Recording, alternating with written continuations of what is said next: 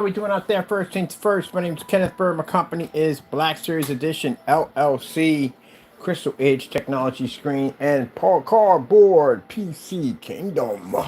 So today we got some supplies needed, much needed supplies needed to do this whole setup. I went out and I got some, I'm sure a few things that I had to purchase that we got today. And Taco, no, I keep telling you, stop doing that stuff, please. He does this every time. I keep warning him about doing that kind of stuff, and he likes doing it. When the camera comes on, he figures he can get away with mischief. Cut it out, watching you. All right, so we got some black, orange, which I just got literally on my hands just a few minutes ago. We got orange all over my hands. Orange, green, some of that brown that comes up really nicely looking. Some whites for basically fading the colors left and right. We got glue, of course. And we got the toilet paper, paper rolls for pipes. Got a couple of those. We need a lot more than that, but still got some of them to start with. Plenty of hot glue. And I got to get this off my hands. I got orange paint all over my hands. And we had to make our own sort of mixture because we can't do this in black. It has to be painted a certain way. And we got a glue gun we need to plug in. But let me get some paper towels right now because I got paint all over me. Excuse me. You gotta behave. Seriously. Maybe the camera comes on, you decide to do weird stuff.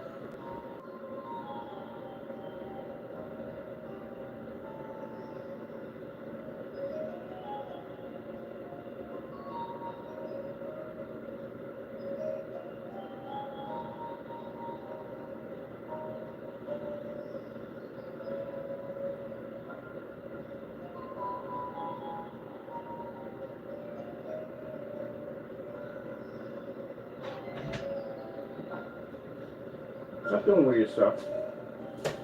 When the camera comes on, let's decide to do weird stuff.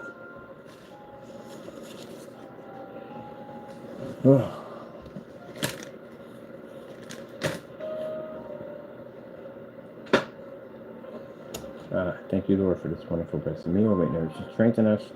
I pray for those who do not have enough to eat. You may bless them and you bless us. Thank you, Lord, for all things in Jesus' name. Amen.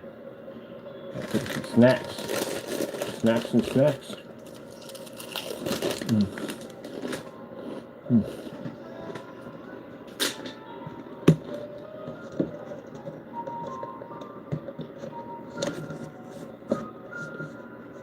I was going to pick up some new brushes, but I got mine and broken in so well. I'm happy with the way they are. Got to get this finished up because I got a projector coming through today. So, the ultra short was coming in today.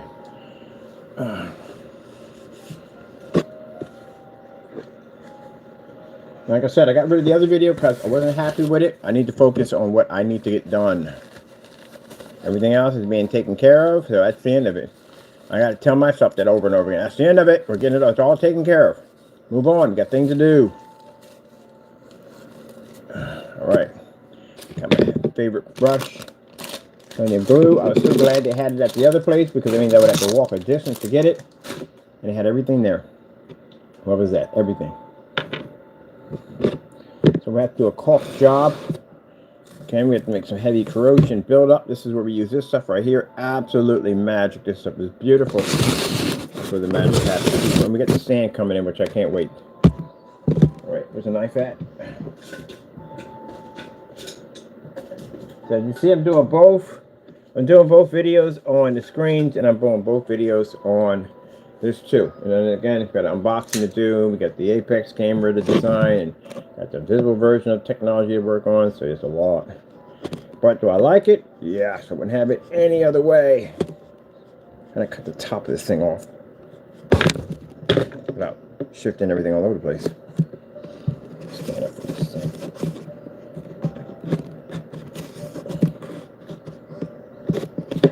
Okay, good. Top off. Get our cardboard out. I'm gonna do a paint job today. And we're going to build some corrosion buildup. Need some cardboard. This is what we like to use. We're basically doing our corrosion buildup. It's just this. And we have to do just 2 applications of this because we still have this other half. I want some really nasty corrosion coming down, building up in the corners and cracks and stuff, so we have to flip this thing upside down to do that job. Right now, we got a nice color here. This is our nice color we mixed together. I didn't want black, I wanted something completely different. So we mixed our own colors. We're going to mix the different colors of different blues for the ice and stuff like that. We're going to make our own colors. So instead of buying what they have here, add a little white to this, a little black, whatever. Change your colors out the way you want to do it.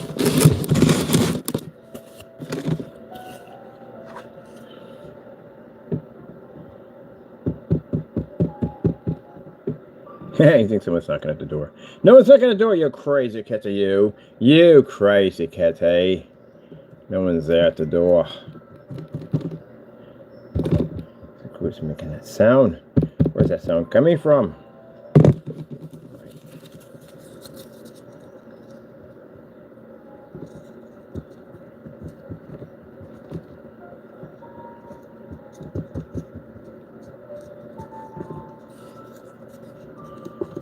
I gotta get it this way instead.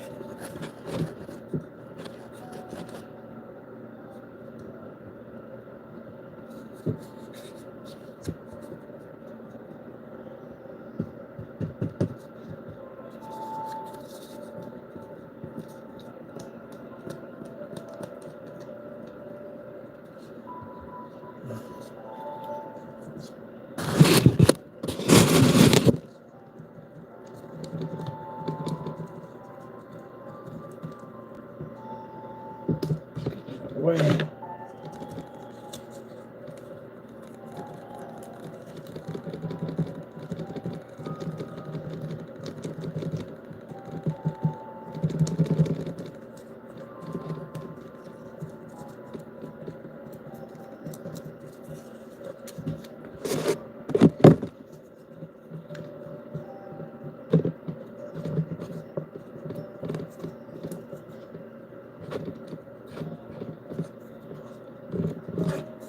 Okay.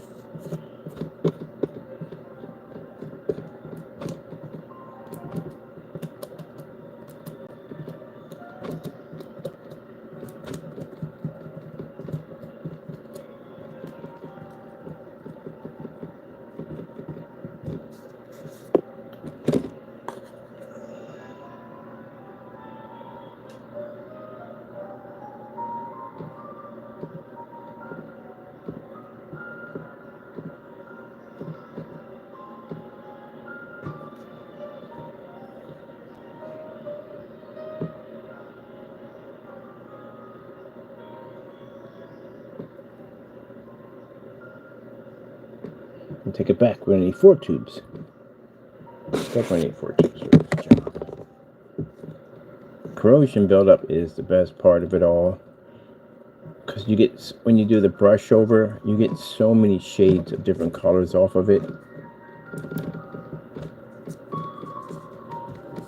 And that caulking, man, that stuff is a freaking blessing, because man, there's just so many ways you can go with that. Just know this is all you need for your brush. This is all you need.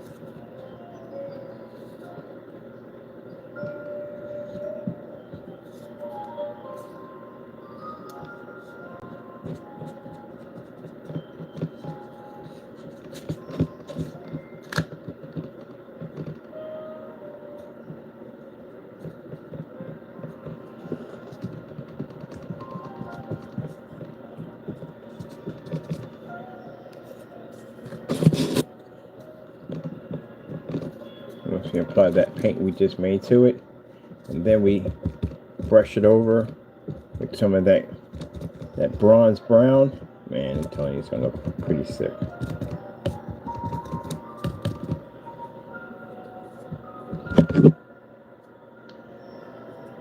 Just over the area right here.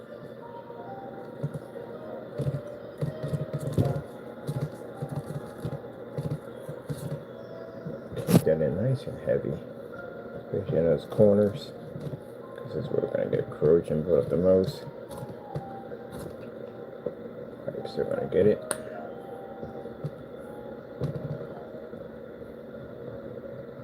Corners back up in here, we're gonna get it too.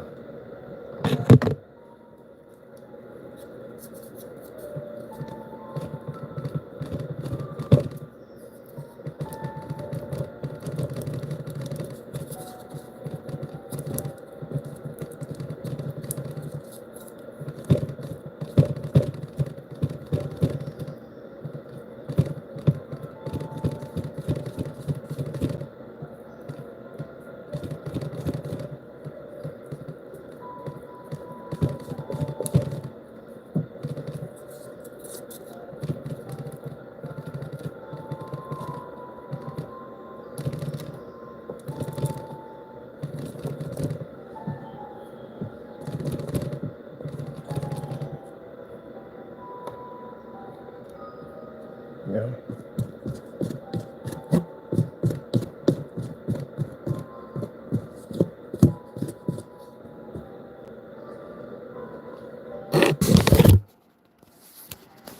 So we should build up in here in these little corners.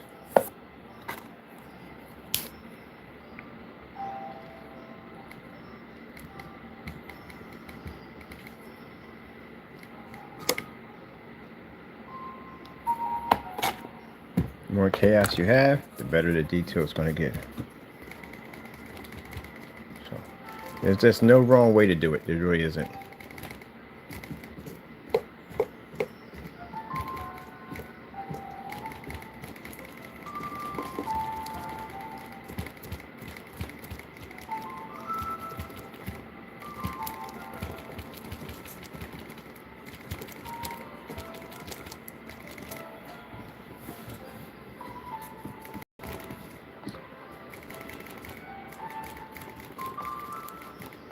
And the liquid cooling system is going to be installed in early, because the liquid cooling system is going to be upside down and the cable is going to run down here, but we're going to bronze them out. Everything's going to be brown. It's like a brown piping system. We'll add some green corrosion. I wrap some wires around it. Wires are going to be skinned and sparked. So it looks like, you know, it's a damaged system, but it still works. And we'll get some seaweed too.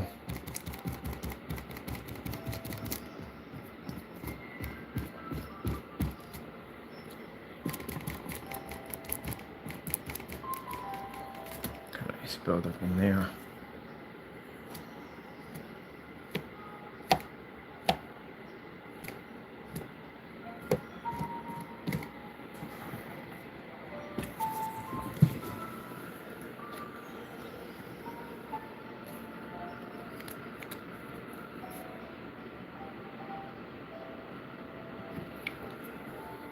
That's where the heavy build up to be at here.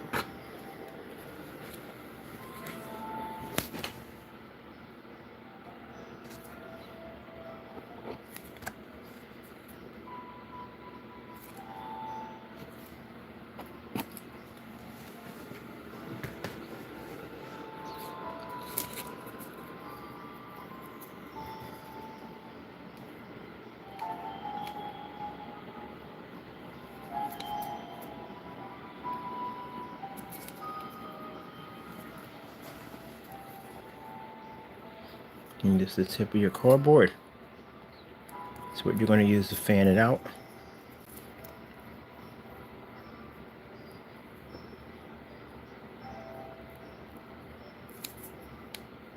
There's no wrong way to do it.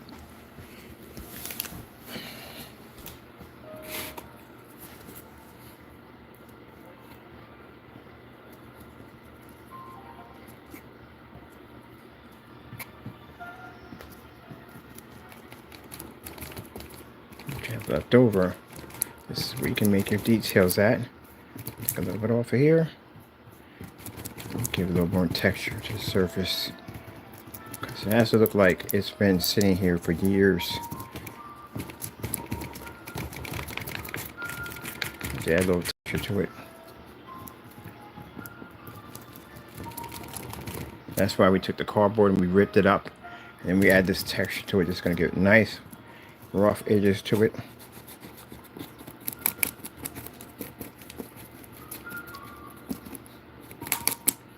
We are picking up a Big Daddy and Little Sister for display.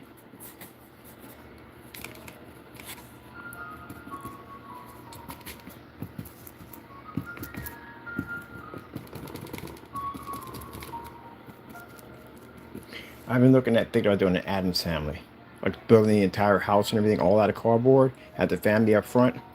I think that would look cool. Now we could do a lightning effect over top the house. It's easy to do because we can do a lightning cloud for that. But I wonder if we can do like a combined monsters, half monsters house, half Addams Family, and have like half and half. I think that would be crazy. Where would you get? Do they make the action figures? That's where I got to go look up. See if they make those action figures. That'd have been nice if they did an Addams Family and Wednesday's crossover.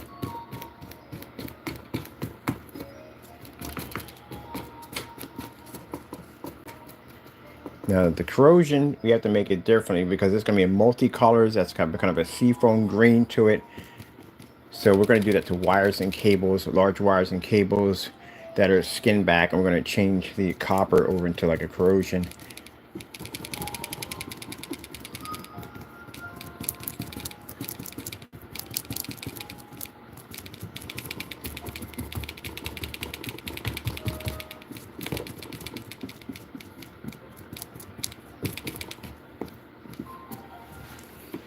It'll build up in that corner. Definitely want to get some more. And we can still paint the whole entire thing. We'll just have to go back over the other areas again with this and then repaint over it. Because I want to get this thing painted today. So we'll get as much as we can done. Because I should have got 2 tubes or something. So you don't need 2 tubes. We're good. And now we need 2 tubes.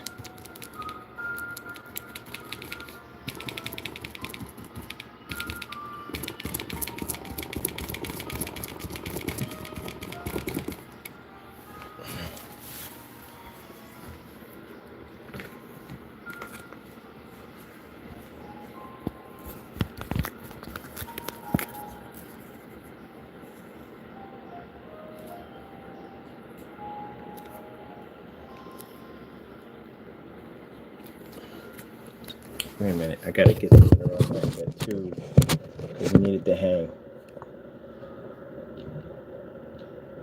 I'll show you what we're doing here.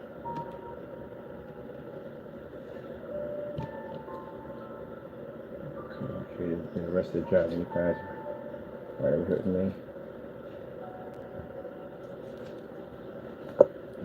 I have to extend this tube through here. Come on, give me a little bit more.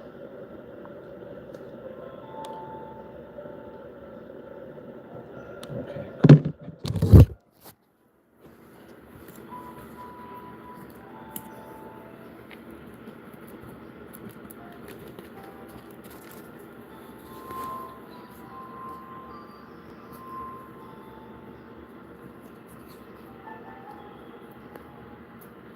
We take the edge of our cardboard and push out.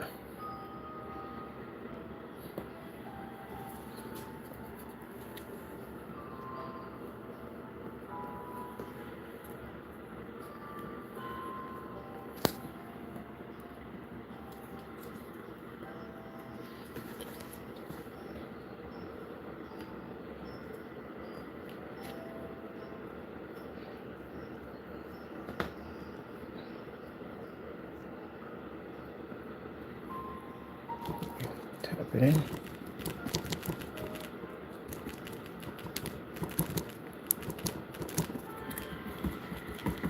All the edges are going to get nice and heavy. Not too much just because we got a power supply that's going to sit on top of this.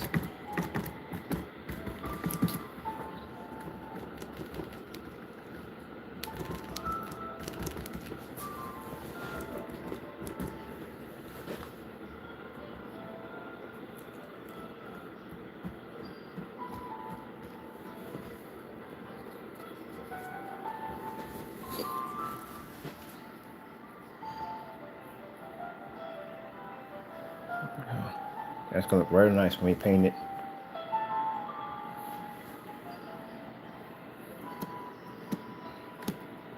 So that's a nice build up on it on its corners.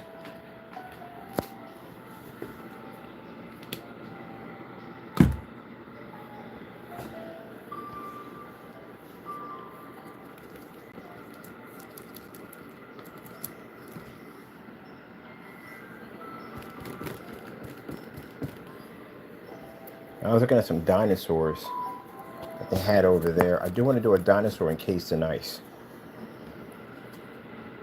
So I'm looking at some dinosaurs. Over here on this setup, we're going to do a UFO. It's going to crash right about there. And we're going to use 2 tea saucers, some cardboard, and some RGB wiring. And we're going to make a real flying saucer that's going to crash land in there. And then we're going to cover the whole entire thing in silicone. But it looks like it's actually frozen in ice. And we'll put some like aliens embedded in ice and stuff like that, you know. But I definitely want to do a dinosaur.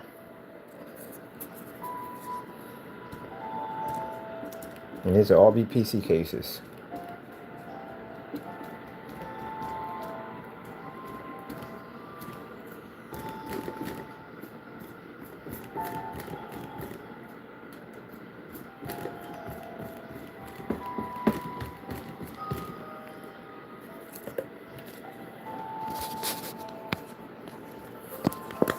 So I'm going to get a little more out.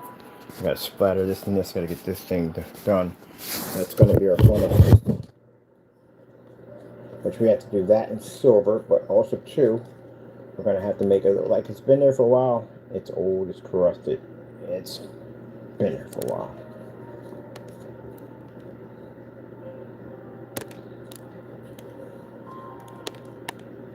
So I'm thinking about, I need this to look realistic, like some kind of like water pumping station, whatever it is, something went wrong. So we do need to have some kind of liquid in here, and we need to have a pump in there too. So we need to look at the bubble in the background, like it's actually pumping fuel through this whole entire thing, or some kind of fuel. So we have to put in a pumping station. So I'm gonna have to reinforce the bottom by 3, and then we'll have to put in some kind of liquid station, which we're going to need 2 32 ounces of thin tubes. So I'm pretty much guessing in here we're going to have to manipulate part of that board, and we're going to have to bring it up through here, and part of it's going to have to stick through here because I want to travel from one end out the other like we have in the other one. But we're going to put a fish tank tube in there. They're going to have to bubble to look more realistic. So we got a little more, some cutting to do.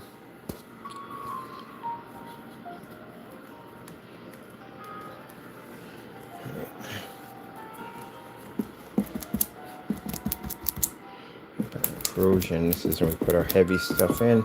Give it more of a rough texture to it. Just like that. And around our piping.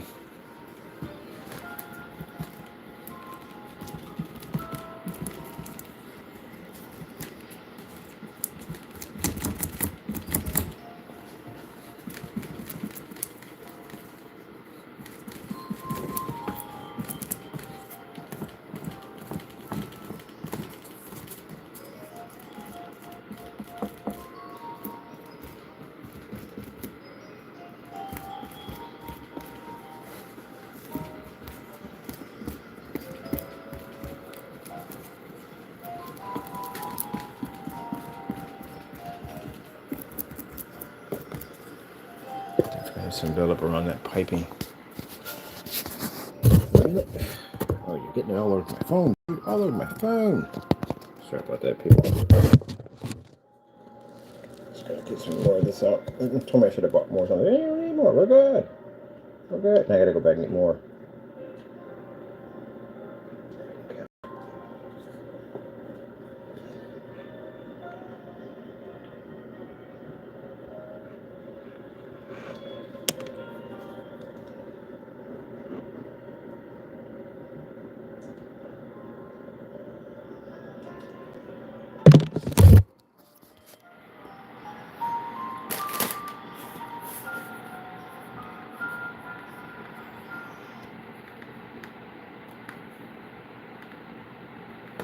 copyright free loft music.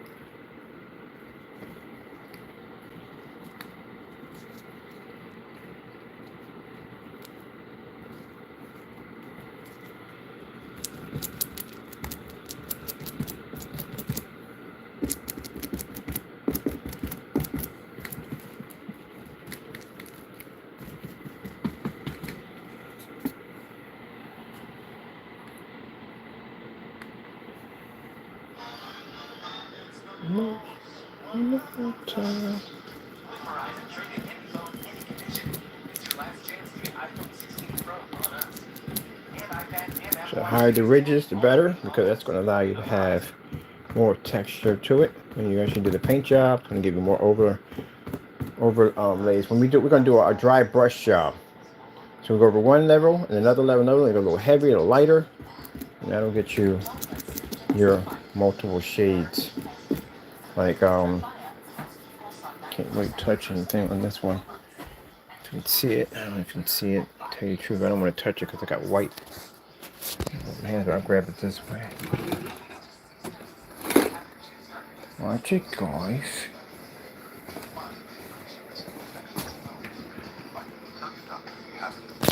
That's what we're going for. So we're aging it. And that's what that caulking does. That caulking gives it all kinds of bridges and imperfections. It gives that kind of rusty look to it.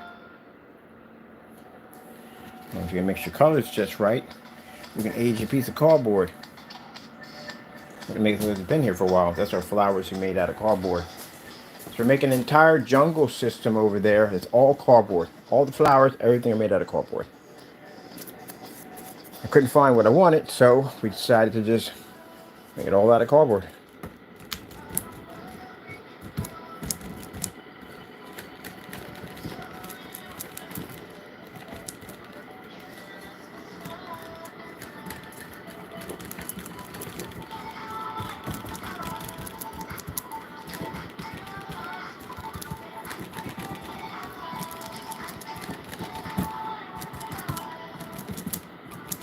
And get it heavier, and then lighten it up as it pushes out.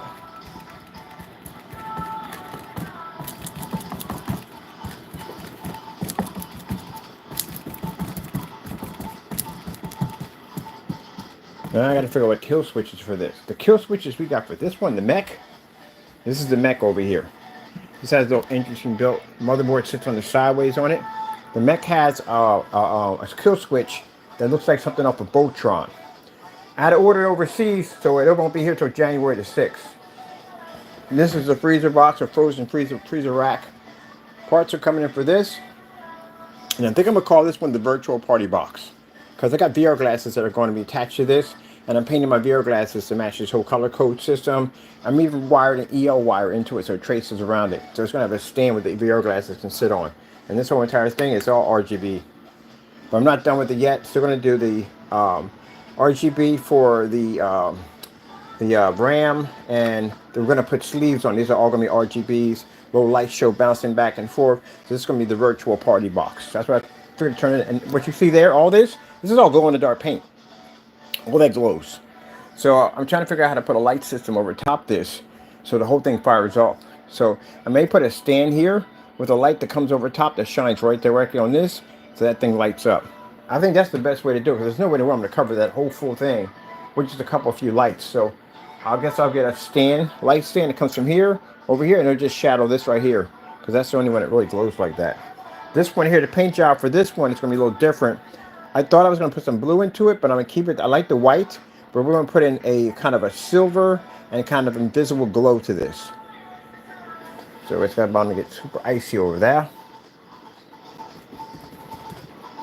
Then we get a nice build up here. Got a nice build up there of corrosion that's pushing across here, all across here. Nice corrosion build up here. A nice thick patch of it right there.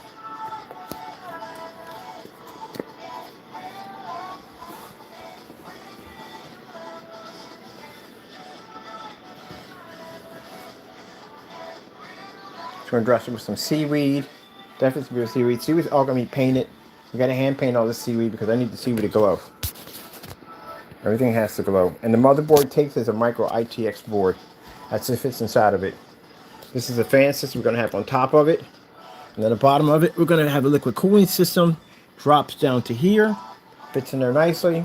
Motherboard screws to attach this right here. Power supply sits open, but the power supply sits slightly a little bit out on the edge. So I want to just lean a little bit out. I want to hang some seaweed off of it. Power supply cables all come through here. They come out the other side through here, and they connect down to there with no problem. So all that hooks up. A liquid cooling system basically can plug directly into the motherboard pins. And we're going to be using M2, so we don't have to have any extra hard drives. Sorry about that. So we have this out in the open. We had to put a tab on here and Velcro it and get my hard drive out. And it can't slide from side to side because we built a box area so it can't go anywhere. Hard drives are in this one too. It says 120 millimeter fan on it. Pushing air out. And I said for a custom paint job, had to pull the fan out to custom paint it. This one's next. I got to pull this out and turn this thing into a block of ice. Literally, this thing's like a block of ice shoved in there. When we get done with that, and we got to take the fans out. I think I'm going to do the fans in cold blue for that. Let me show you something in the back of this. So this takes 220 millimeter fans. This back here takes 220 millimeter fans. They're coming in. They're cold blue. They're beautiful. Got a vent system built on the side because there's a fan that goes underneath of it that pushes air directly to the hard drive. This system over here has fan system set up over here too also.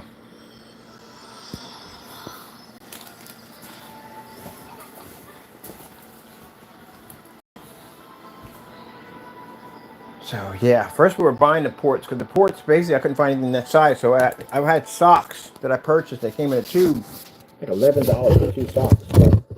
They're compressed socks. But they're the only ones I can get the tube, and I decided to build them myself, which makes me save a lot more money because I can build them for free. I just put a whole cartoon on this. I was actually watching it. It was actually pretty good. Cartoon was pretty good, though.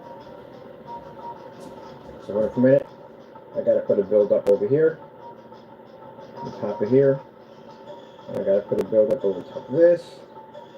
I gotta put a build up over top. That's maybe enough for this build up.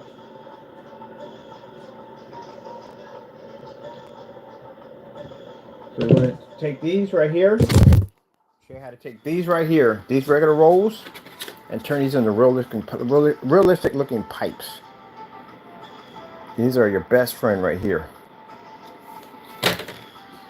It's better than paying for the PVC. The PVC they charge you too much money for. Those things are $2 a pop. You go on Amazon, you can get them for like $5 for probably $5 for roughly like 4 of them. So we're just gonna go heavy on this. And this is just for corrosion buildup.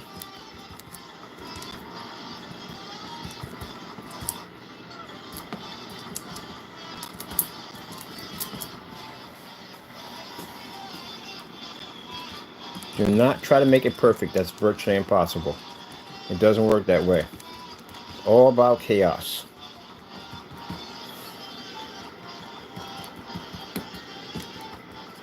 Calm comes later. That's the paint job. It's a calm. But right now, there's no such thing as you can't make it like neat. You can't. It's impossible. It's corrosion. It goes wherever it wants to go.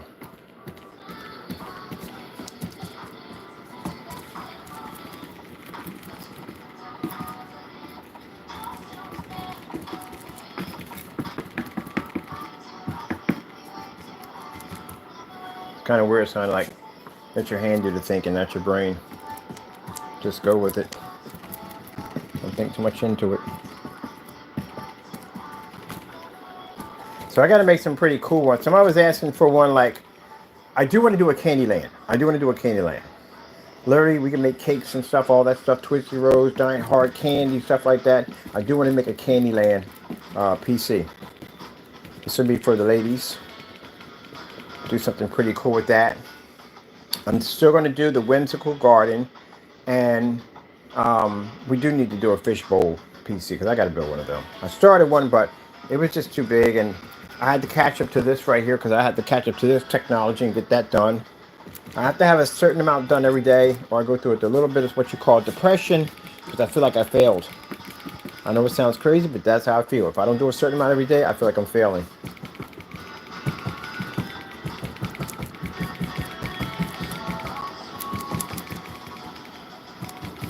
Look at it right there. Ah! The Informer! How you doing today, buddy? Yeah, you. That's the box Informer. Foreman. We don't get it right, man. We're here for it. We are going to build an arcade machine because that thing's been sitting up there forever. That is an arcade retro box that looks like an arcade store. So we got to build. We're going to build all the arcade machines today. We'll get them done. We'll get them done today because I got to get them done. That's bugging me. It's bugging me because I haven't gotten to that. And then we got over there. We got the power station fan system for the table. It's a table fan. It looks like a power station for these robots. Built the whole story behind them. So I got to order 2 fans to get their system up and going. Meanwhile, the foreman Frank was like, "What are you doing? What do you think I'm doing, Frank? I'm working, Frank."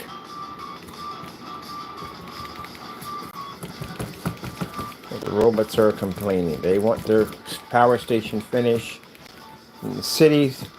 That's a whole story I made about that one. Was basically that the city is a very modern, beautiful city, but the only thing it doesn't have a modern power station. And they've got this picture of what their power station looks like, but it looks nothing like that. It's completely different, and it's out in a wasteland somewhere. They put it somewhere really far out that they knew that no one would ever find their hidden secret about their power station. So they got these robots out there. Robots that are basically, at the end of the day, turning that to a refrigerator box PC. It's on an old PC we're working on. So they basically lied and told them they had this high-tech power station when actually they don't. They had these robots out there in the middle of this wasteland. They're converting this power station into to runs the city. All the robots that don't want anymore, they come out here. And they just started building their own little generation. And next you know, this became their home. So we're working on this. This was one of the first ones we started. And all the fans do run. I'm actually repairing one of the fans right there. All that glows in the dark. It gives off a kind of a neon pink kind of cyberpunk display. So that's one of the ones we're building right there. And give that kind of old corrosion look to it. Nice paint job with that. So that's the story behind the robots. They're out there and they repair that machine and keep it going. And every once in a while, when the humans feel like they're not grateful, they turn the power off. But yeah, that's what they do from time to time. Now, the story behind that one right there, that is just basically a water filtration system that got some radio waste in it, and these flowers came up out of it. So one is named Penelope, and the other one's called Henry. Henry is a man-eating plant that's actually a vegetarian. He doesn't eat people, he doesn't eat meat. He eats plants, which is weird, because he's a plant. But he just refuses. And his family does not appreciate his decision, so Henry left. And he's been living out here in the nuclear jungle for quite some time, and with Penelope and some other plant life we're going to have out there too also. So I guess everything we design has a little story behind it. But the robots we're designing, the little tiny robots, we got to bring in magnifying glasses to paint those up because they're tiny. And we're going to incorporate them in everything. So every PC, you're going to see these little robots in there repairing and doing something at a different time, a different stage. Got to figure out how to get winter coats on the robots over there in the Ice Age over there. Because they're going to have, we got a snowman we're going to put out there. I think I'm hoping Olaf out there. I want Disney Olaf out there because he's one of my favorite characters.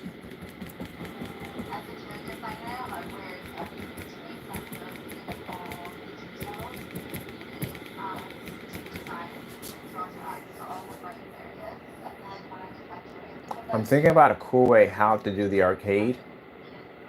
And I think I'm going to make the arcade Japanese. I just like the design for it. For some reason, I want the design. I want a Japanese arcade. So it's going to be pretty cool. That's what I want to do. Something kind of some cool anime down the side of it and all that cool stuff with it. So I'm going to do something pretty cool with that. All right, so that's getting there. Got our nice corrosion job done. You know what I mean? This is the best thing you can use right here. Some people may think otherwise, but for me, this is the best thing I use. I like to use a piece of cardboard. On top of that, it's free because I have to pay for cardboard. That's great. Yeah, if I met Ricky, this is Ricky the Roach. He's going to be on the Fallout set pretty soon.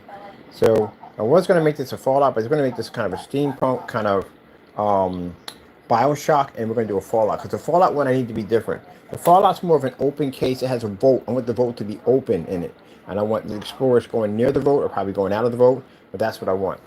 And I want a couple of big giant cockroaches because yeah, Fallout had them freaking giant cockroaches in it. So we're going to build a flat area here and here, like 2 boxes here and a couple boxes here, and we're going to have the vault open up, and you're going to have basically all the wasteland and everything out there leading out to out there in the background where the city's going to be at. I'm going to do a Fallout.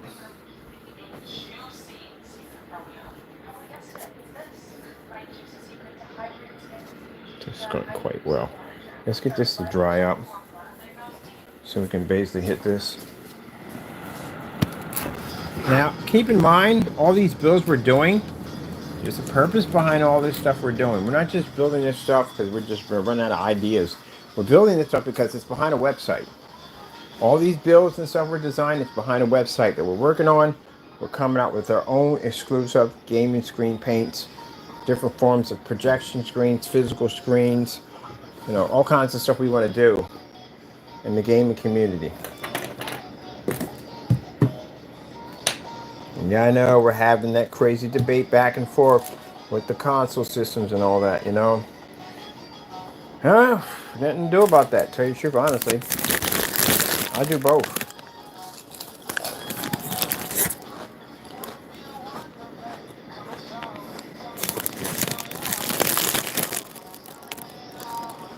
The good thing about it is, plus side, if it all goes PC, at least you ain't paying those $700 anymore.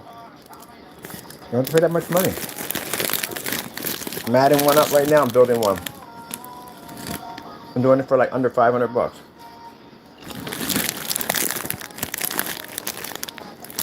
The good thing about it is you can pick out your own parts, and if you can't build at the end of the day, don't worry about it.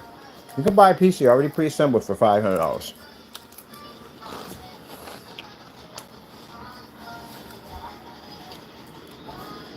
But if that does happen, you realize you'll have a lot more freedom. You'll be so much happier, trust me. I know it's a hard thing to see. It's a hard thing for me because I've been playing console forever. Never thought the day this would happen.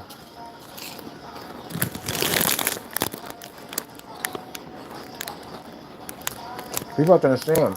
People are the old school gamers. I've been around to see it all. It impacts us the most when we see a console fail. We've been around the entire generation of consoles. And just to watch it go fizzle out, it hurts. I've finished so many games on so many different console platforms, it's not even funny. A buttload of amazing memories.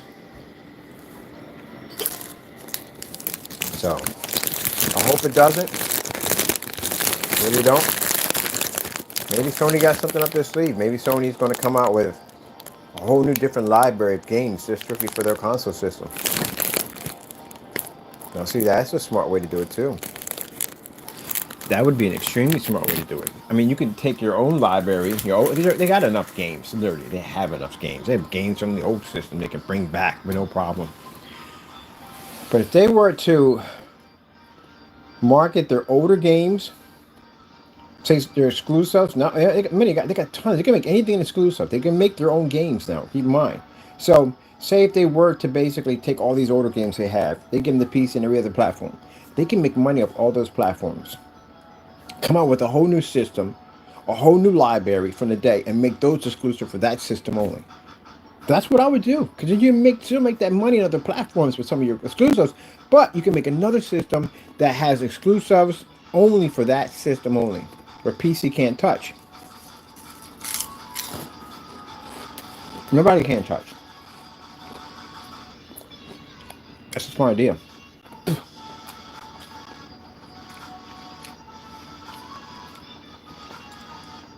They just come up with a whole new library.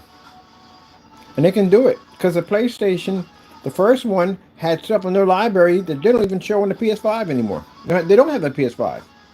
Their PlayStation games are so. If you had the PS1 that first came out, there are so many games on that system. That don't even why they're making remasters. That's what I don't get. I don't know why they're making remasters because their library is huge. Sony doesn't have a small library. They have a massive library. So with that being said, they can literally bring out games that needed another a sequel to it. There's plenty of games that should have had another part to it. They just didn't. That's what I would do. I can make money on the other platforms with our older library, new library. I can make it strictly for the console, and that will keep the console alive. Because they really need to keep that torch running. I don't think at the end of the day, because I do PC, that I basically want to see the console die. No, I'm a console gamer too. I got a chance to play a lot of console games that most people haven't got a chance to play yet. Many a night sitting up there, Mountain Dew bottles covering the floor, potato chips, snacks, junk food. Hours and hours and man hours of gaming with friends online, joking, laughing, having fun, quitting rage, all that stuff called rage quitting, all that stuff, yeah.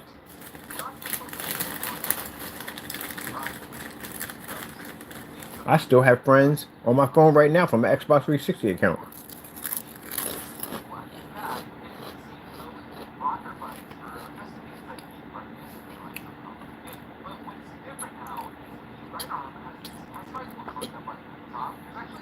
That's why the digital download can be a bad thing. It can be a good thing at the same time. Because the digital download means you won't have any form of format to block it.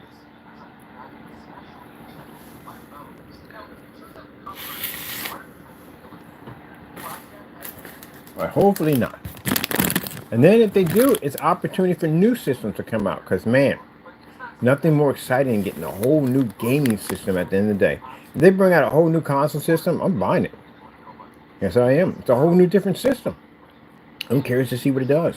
The Apple PC, the Apple gaming system. I'm gonna wait. If they get them strong titles at the end of the day, yeah, I'm gonna get me an Apple PC. I mean Apple gaming system. They get them strong titles. They get them at the end of the day. And they're designing strong titles, not no freaking Wii U looking games. I'm really sure I'm gonna pick one up.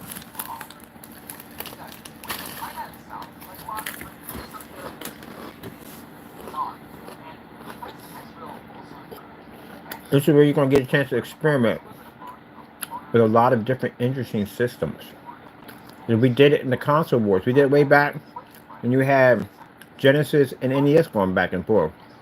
You had these new systems that were popping up. TurboGrafx 16, one pick that up. Neo Geo, one going to pick that up. The Panasonic 3DO, pick that one up too. The Philips CDI, pick that one up too. Even though some of them didn't last that long, still, it was the fun of having a whole new system, something different, something interesting.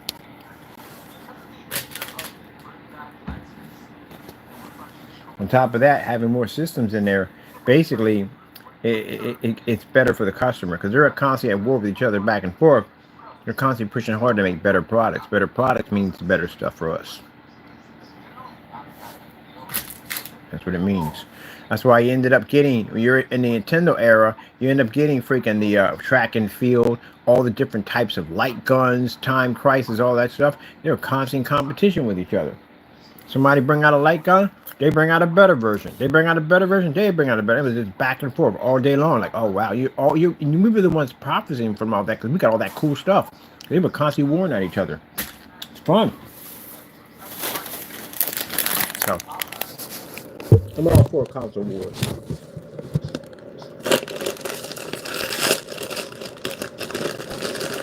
I think Atari should come back in and bring something in. I had the Jaguar system too. Jaguar system was pretty good. Control was gigantic though, but it's pretty good. That Iron Soldier and their Alien. Oh man, Alien was the truth. It was the truth. Yeah, it was good. It was good. You just have old games that leave an impression on you. I had a game called Courageous Keith out of a TurboGrafx 16. This guy walking around the board with a little sword, attacking these little enemies, getting coins. You get enough coins, you get to the end of the board, you transform into this mega robot. You just start destroying everything with this giant blade. Like, oh my goodness. The transformation coming up on the screen, best thing I've ever seen in my entire life. Faxodon. That was a game, it was like Zelda. That was a game I played on a 12-inch black and white TV. And this is before games could pause. Because at one point, games couldn't pause at all, period. And I remember leaving it on. Put a fan on it, tucked it away in the corner, and locked the closet. I had it in the closet with the door locked, and nobody couldn't touch it. And basically, I'm coming from work, and I start playing it. Faxodon. That was a good game, too. That was a really good game. Ultra Beast. First time I heard somebody talk on the game. Rise from your tomb. First time I heard somebody speak on a game, I was like, oh, it's freaking amazing. Streets of Rage. Man. That's the best game you can have with a bunch of friends coming over. Maybe you can beat the crap out of each other, or you can beat the crap out of other people, or do both. The magic of N64, Bond 007. Oh my goodness, man. They bring Bond back, and they allow you to play multiplayer. There'll be so many people on there. There'll be more people on Bond right now, I hate to say, than Call of Duty right now. Bond's a legend.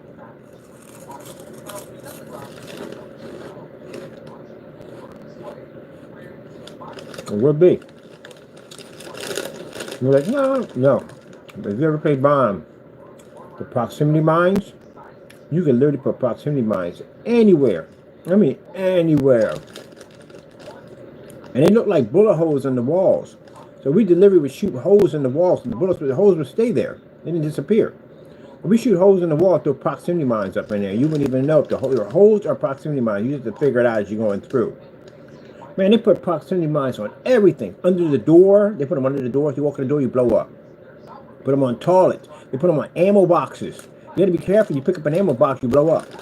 Everywhere, proximity mines.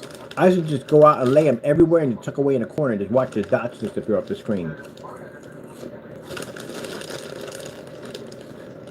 Rocket launchers only? That was funny as I don't know what. They would pick the tightest space, the facility, which was the most tightest, cramped place you could think of, and make it all rocket launchers. You get killed by your own explosion.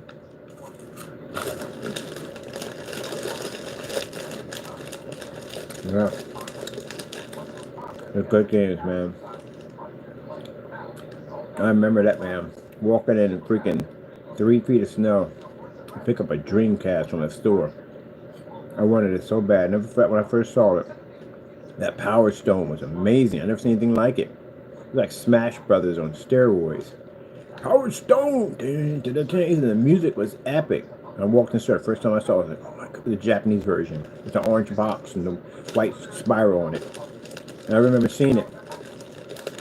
I mean, she wanted for I saved up for and got it, got the money. But it snowed that day. It snowed horribly that day. And I said, you know what? Called my friend, said, yo, I'm picking up a Power Stone. You want to go and pick up a Dreamcast? You going with me? My buddy Walt worked at the store. He's the one that gave me a good, amazing discount on it. We went all the way up there in that snow, treaded all the way up there to get that Dreamcast. Came all the way back home, put it in, played the Power Stone. It was not like no other. Best thing I ever played. Yeah. Waiting for the system to dry. I'm gonna hit up with this new paint.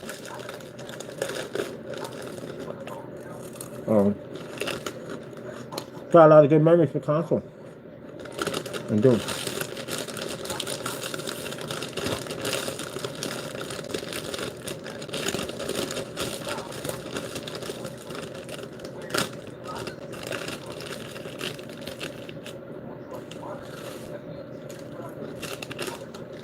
Well,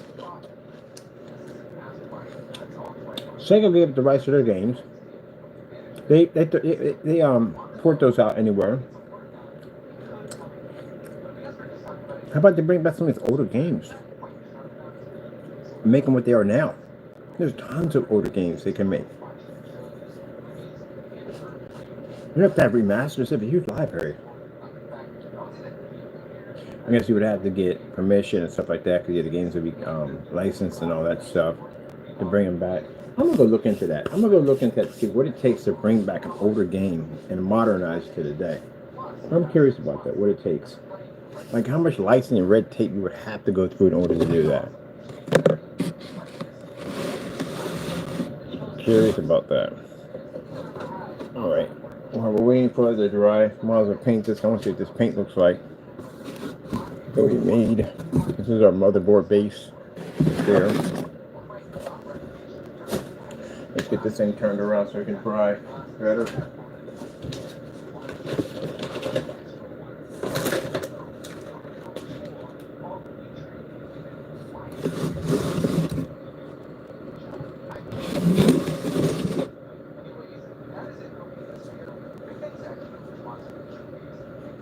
Another cube, another day.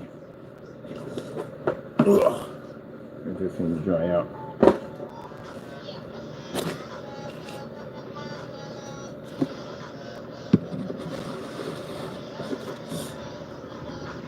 A Ghostbusters would be hot. You know why? That's the stream of power. We can actually use a clear pipe cleaner, and we can put an RGB EL wire and control it like it's actually shooting out electricity. Easy can do that one. That'd be pretty cool. That's what I'm doing right now with the EL wire and RGB. I'm learning how to slice it, cut it, solder it to make my own different versions of EL wire and where I want to put it at. The RGB.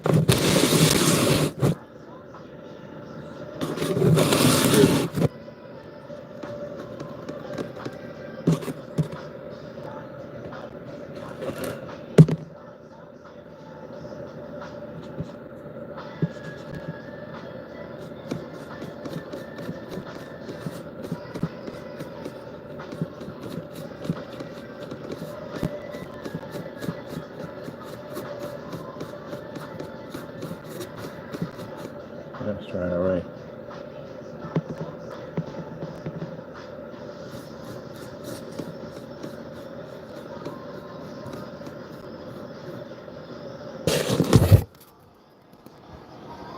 That's why we put the caulking on it. Gives it that corrosion look, just like that. With that ripped cardboard in between, oh, it comes out nicely.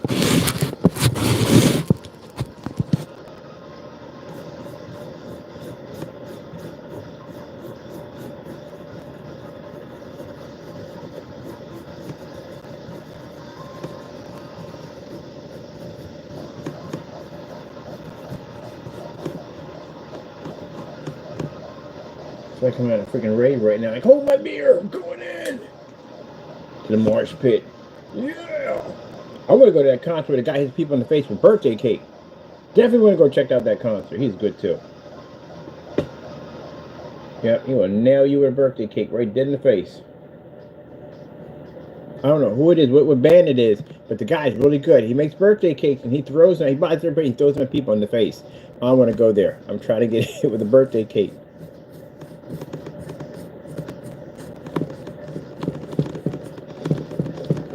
So if you got front row tickets, it's a good chance he's gonna nail you in the face with a cake.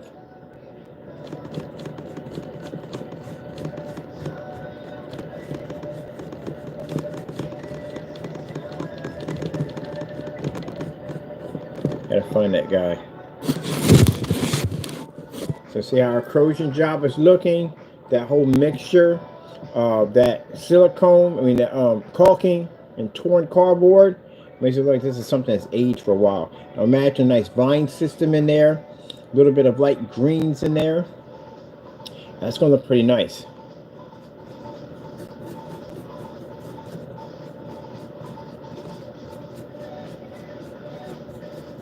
And there is the transformation of cardboard soon to PC case. I haven't figured out what I'm going to use for my kill switches yet. I'm looking at a couple of them, but I need something that's going to look really, I don't know, it's going to have to match the personality of this case. So, I got to look over some stuff. I think an old-fashioned power switch would look nice. I saw the old-fashioned power switches on there. They just look too new. We got to age them a little bit.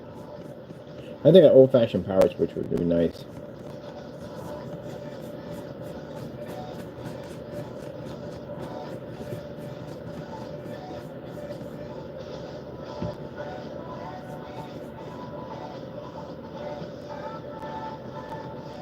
So we call this Cardboard PC Kingdom. Like I said, working on a name, but we're just going to do a whole bunch of crazy builds and incorporating our gaming paint on technology and screens with it.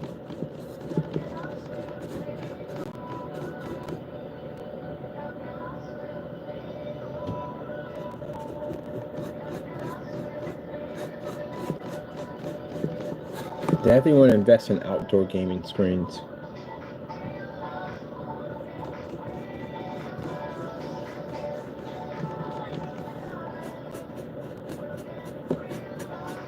Actually, stripping out that cardboard gave it a nice texture to it.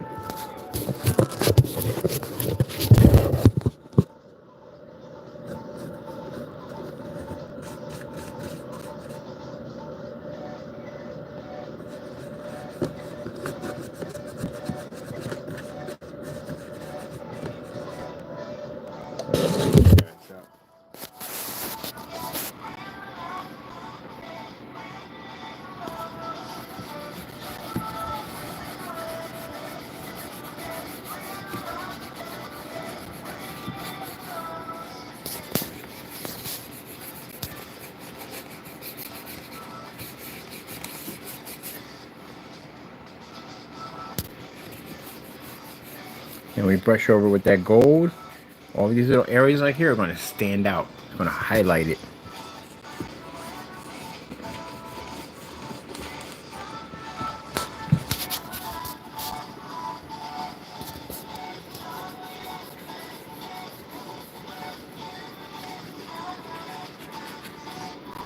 We do this to show you different and more affordable ways that you can work with different PCs. Or hey, look, you know what? You can also use these for sculptures for your statues too. Like the background stands. And we'll build some of those too. Try to make some really cool background stands for your sculptures. Install speakers in. Give it a kind of a movie sound effect to it.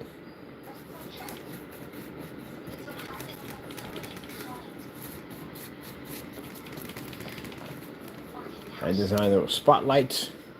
All that cool stuff.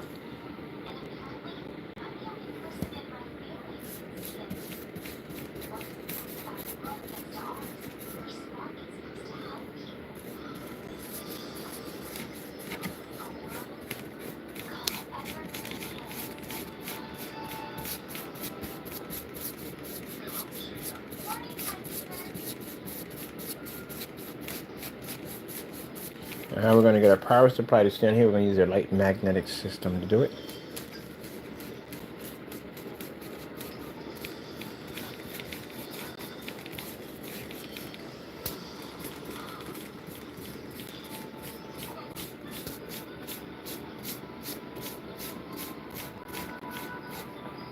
Close and work on.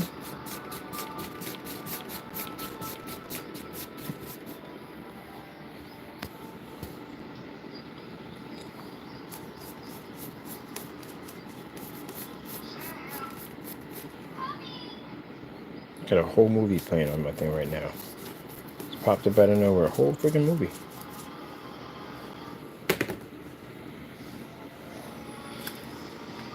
It seems pretty good.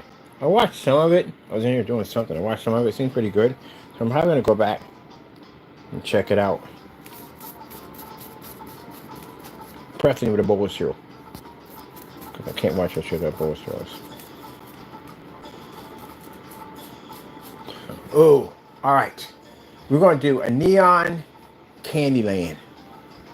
Neon Candyland. A Candyland with speakers and sound. The Candyland rave. Oopa Loopas.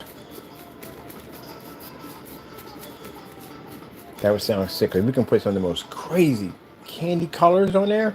We can do like really glossy colors with nice shine to them. So it looks more realistic. But we'll use like an invisible coating with some poly. Oh man, that'd be pretty cool. Everything's like a really shiny coat to it. That would look sick.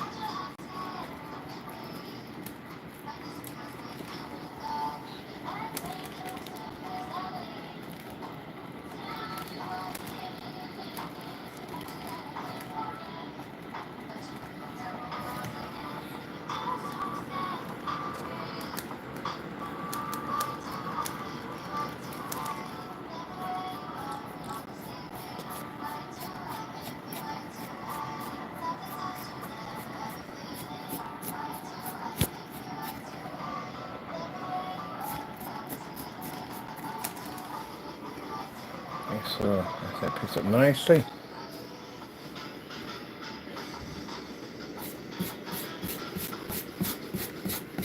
Alright, let's go back over it again. Just brush it in. Repeat that process, and you'll watch that shade push through.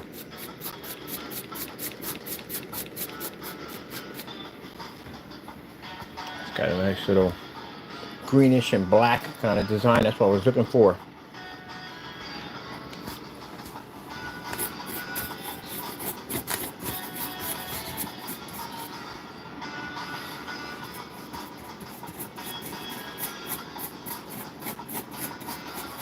Cardboard we tore up. Sorry about that.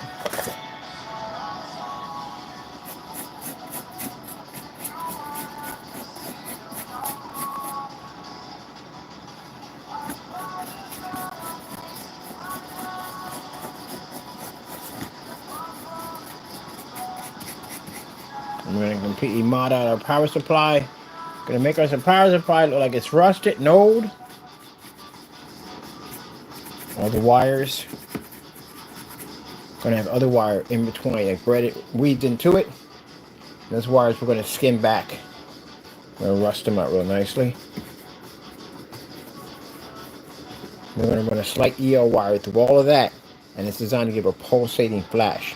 Put it on a delay system that'll delay the pulse. So it looks like it's running, but you know, still has some problems. But it still works.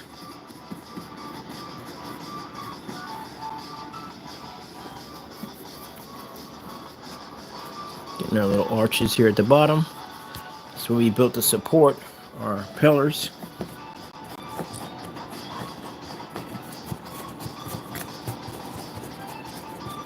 Man, there's just so much cool stuff we can build. I mean, we could do a gladiator pit with freaking tigers and lions, because you can get the statues and all that stuff.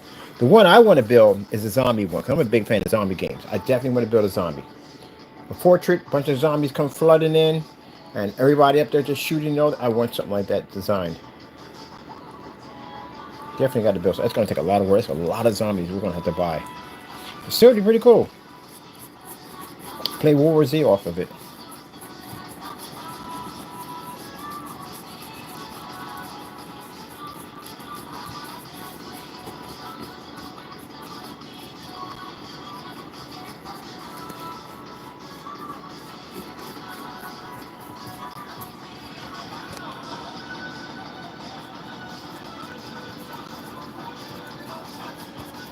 Okay, 1980s or something.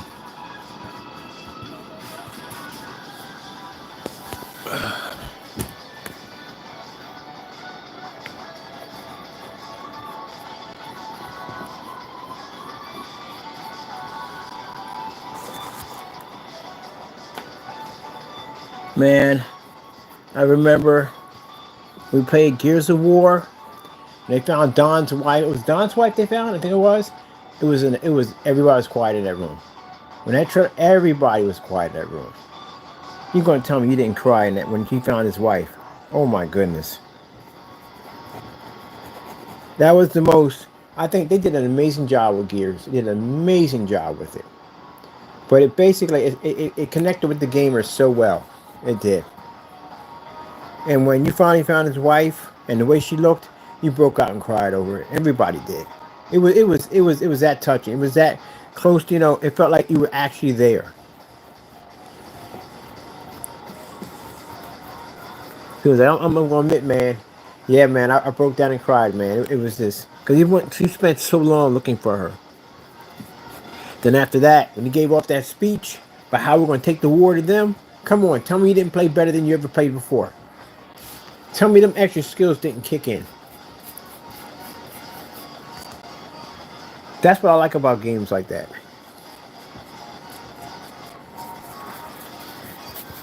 I mean, look, I know we razz and dazzle each other back and forth all day long, but at the end of the day, we're all gamers. That's what it comes down to. We have our little who's better. It's always going to be there. We're always going to have that. No matter what system comes out, it's always going to be that. Who thinks you're better, this, that, and the other. But at the end of the day, come down to it, we're all gamers. Because I guarantee whether you're PC or console, whatever you play at the end of the day, if Congress decided to pass a law that no gamer could game ever again, I bet you we all band together. I bet you that affects every single one of us. I bet you we all band together.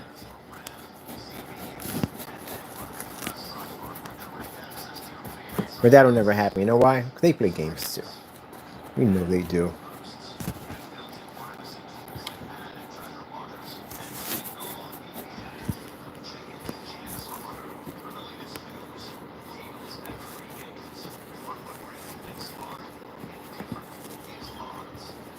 I remember when I played GTA and I went in a bar. They had a bar down. I was like, huh, I wonder if I drink something, if I get drunk, if I go in there.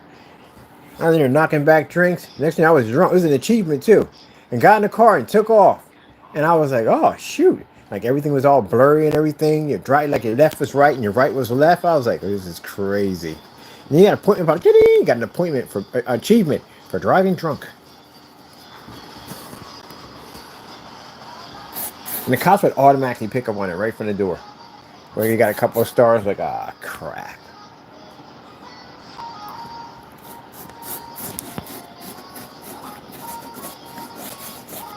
We're trying to escape a 5-star. Everyone's done that. Then you bring the tanks come on, and you know that's what you're looking for. You're looking to steal a tank. You can't go to the military base. You don't have enough firepower. Best thing to do is to try to get a tank out here so you can take it up. That's what I figured out in Vice City. No, it was Grand Theft Auto 3. How to get a tank the easy way without using the code. For the codes came out, the game when it first came out. For the codes came out, and what I did was I got the 357 Magnum because it was the one that basically, I hate to say it this way, but it can take a cop down really fast. It can take the armor down really quick. So I would load up on that, load up on my health, load up on my armor, and what I would do is I would get the flamethrower, and I would get the 357, and I would go to the mall and I would hide underneath of where the stores were at, and over top of the lift, I would hide there, put my back against the wall. And I would basically get the 5 stars up as fast as I possibly could. Once the officers started coming in, I started shooting them because they couldn't come forward. There's no way for them to come for me. They were coming behind me, and they would have to jump over top the railing, and they would hit the ground. They would already be damaged from hitting the ground, and I just hit them and knock them out. So after a while, the tank would show up because they were called in the military, and the tank was right outside. So what I would do is I would come outside with the flamethrower, hit it just a little bit, and it would kill whatever was inside. And I get inside and I drive off with it. But here's the thing, you can't park a tank at every kind of parking lot. You need a special parking lot for it, a really big one. So you have to make sure that you unlock the second level, which has a larger parking lot, and that's where you park the tank at. And every time I needed a mission, I take the tank, and the tank would always appear back in there because that's what it did. That's how I got the tank before the codes came out. I had to strategize the daylights out of that thing. Kept getting murdered. It took a while. I got murdered a lot, but it worked eventually. It did work. But eventually I got a tank. And the tank came in handy when you had to do some jobs where you had to do like an escort for somebody or something like that. And, you know, it pretty much took a lot of damage.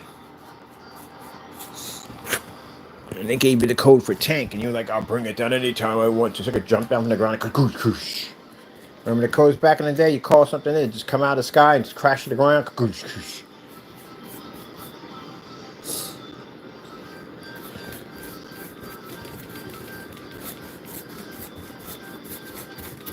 This music is driving me nuts. Really, seriously.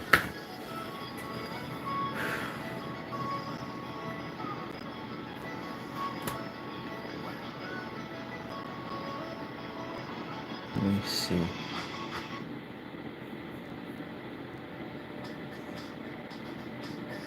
I'll take that. Gee whiz, Louise. After a while, I was like, I'm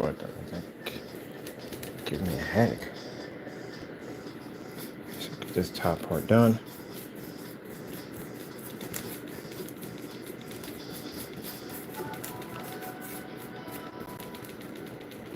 I couldn't do Dead Space. I didn't have it. I couldn't do it.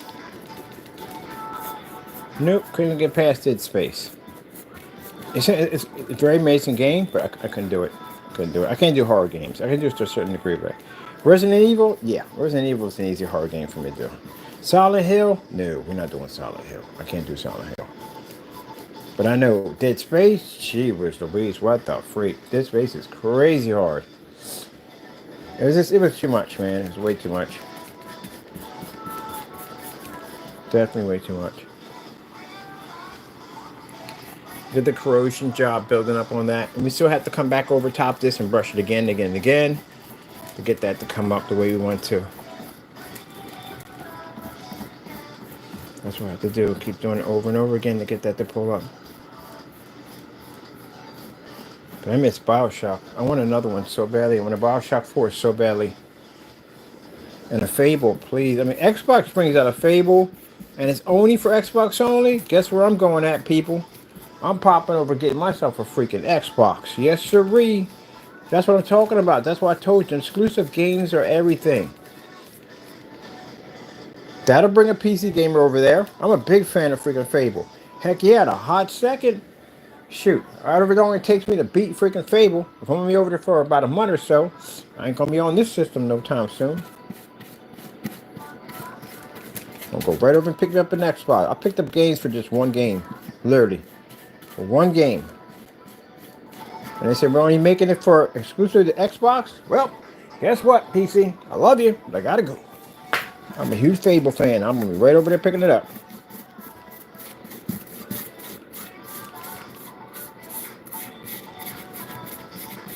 Fable was the freaking truth. All that game was the truth. My buddy was playing it first. I've seen it a couple of times. I was like, well, I don't look like anything for me. Because I was at over tournament shooting games and stuff like that, gears and all that stuff. I said, nah, man, you got to play this game. This game is freaking wild, man. You can do all kinds of crazy stuff in this game. I said, really? He said, yeah. I got 3 baby mamas and a bunch of kids.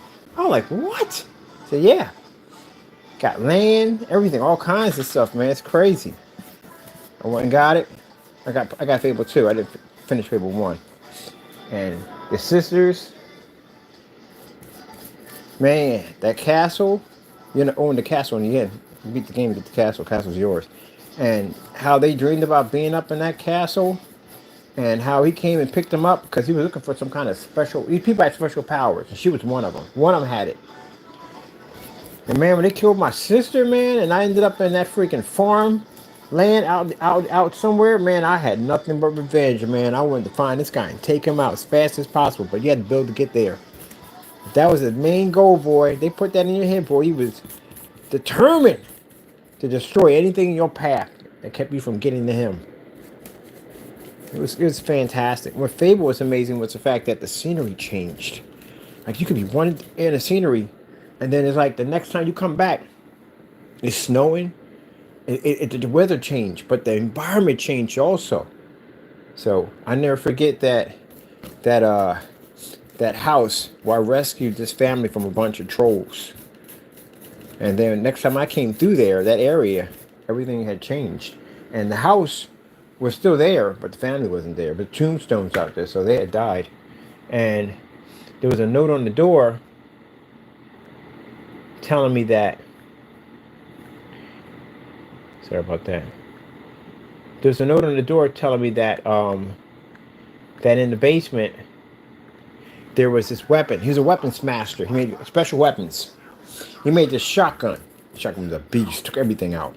And I could have it if I can get rid of the troll in the basement. So opened up, went down there and found that troll. He was a big guy too at the end of the day. And I was able to take him down. And I got that weapon, man. It was, shotgun was a beast, man. I was going through killing bandits left and right. Like, I got a problem with me? Boom! Blow him half away. That thing was a beast. Good game. Borderlands was another game I freaking loved. Claptrap was freaking hilarious. Claptrap made me laugh through the whole game.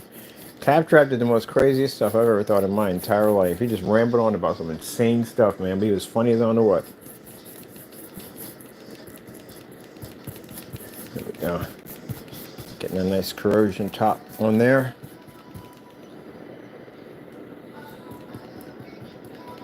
Got it in heavy in some areas.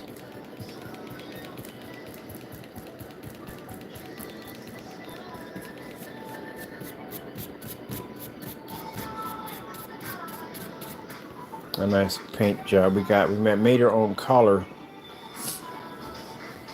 because I couldn't find that that color I wanted for that deep dark kind of olive green, kind of dirty look to it. So to make our own dirty paint with that effect.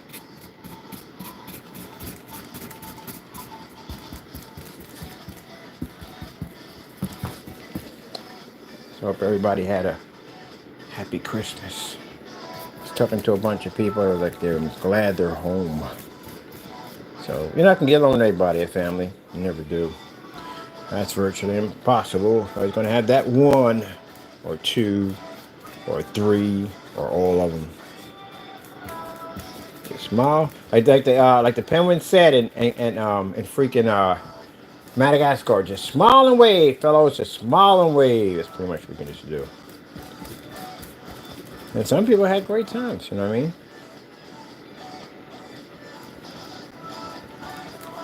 But you have to understand, at the end of the day, they're family. That's what it comes down to. They're family. It is what it is. You know? They're family. See them once a year or whatever get-togethers you have, and that's when you see them. That's it. But they're family. They're the day. That's how I see them, as their family. I still love them. They just get on my nerves.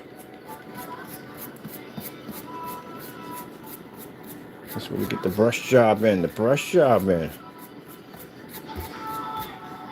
It gives it that look right there. Just keep hitting that area over and over again. That dry brush technique. And it'll bring it out.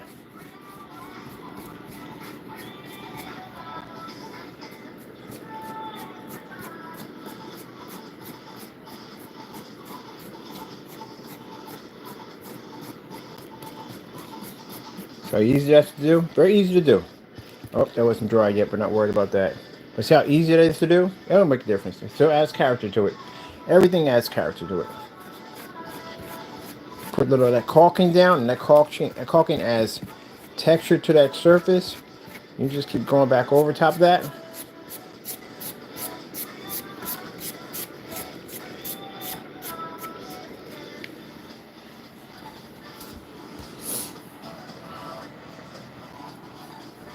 The kind of dirty seaweed. Dirty seaweed.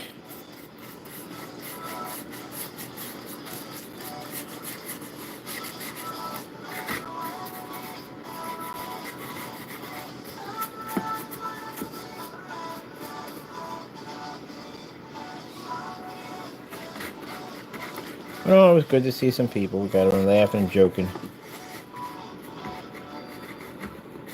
It's great to see some of them I seen in years.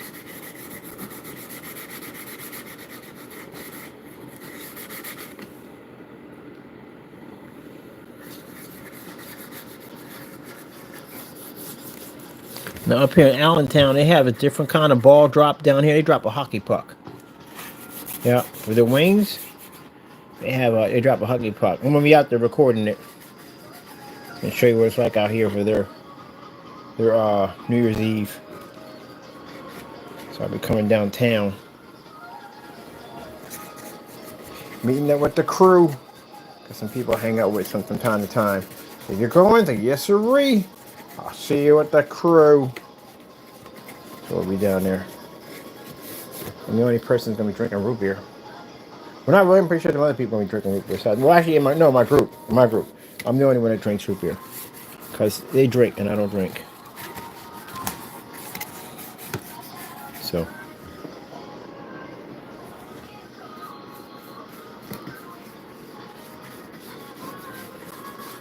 but they usually don't drink much. No, they're just in there having their fun.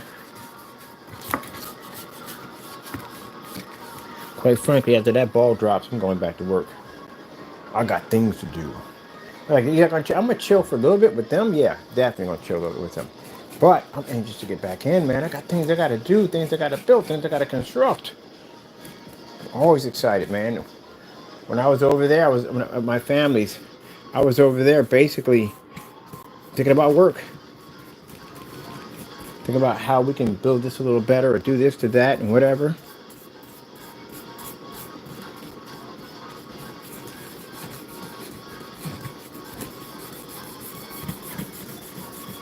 There's never a day where I don't think about it.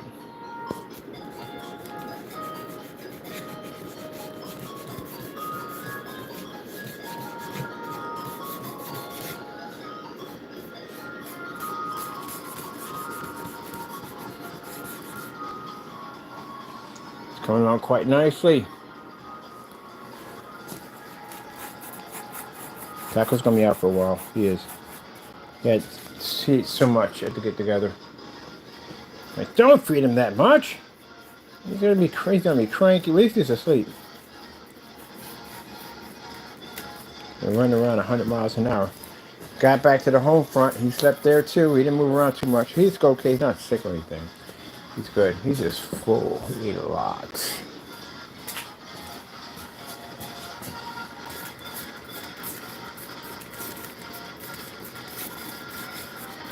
And the kids had a ball with him. He had a ball with the kids. That was surprising. He was playing with the kids.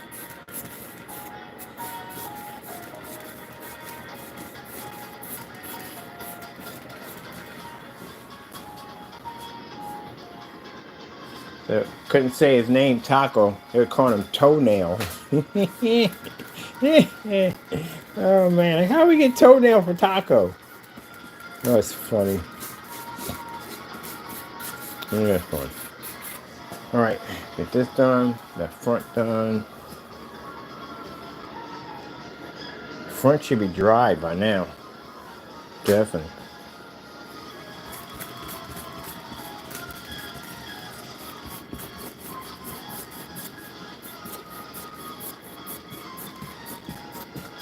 Dry brush in.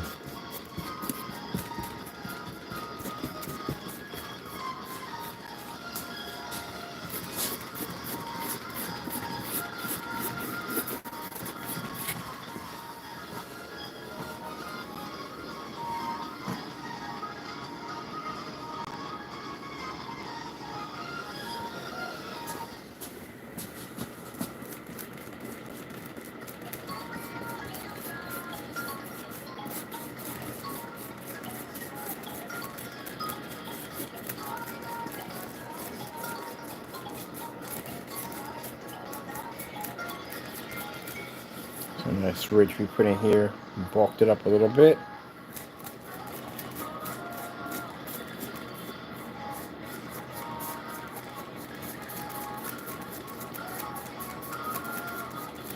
Let it carbo down a little bit.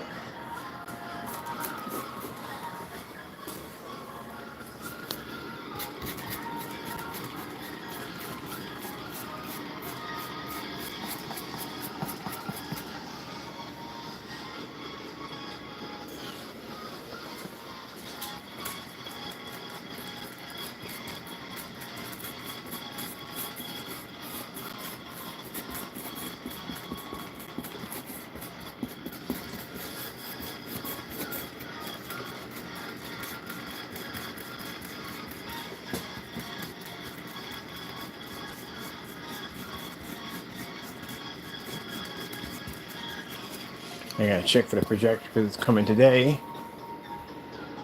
For that, unboxing to do today. I'm trying to get as much as I can done. And once we get the panel system in, we'll build it on camera, show you we put that whole thing together.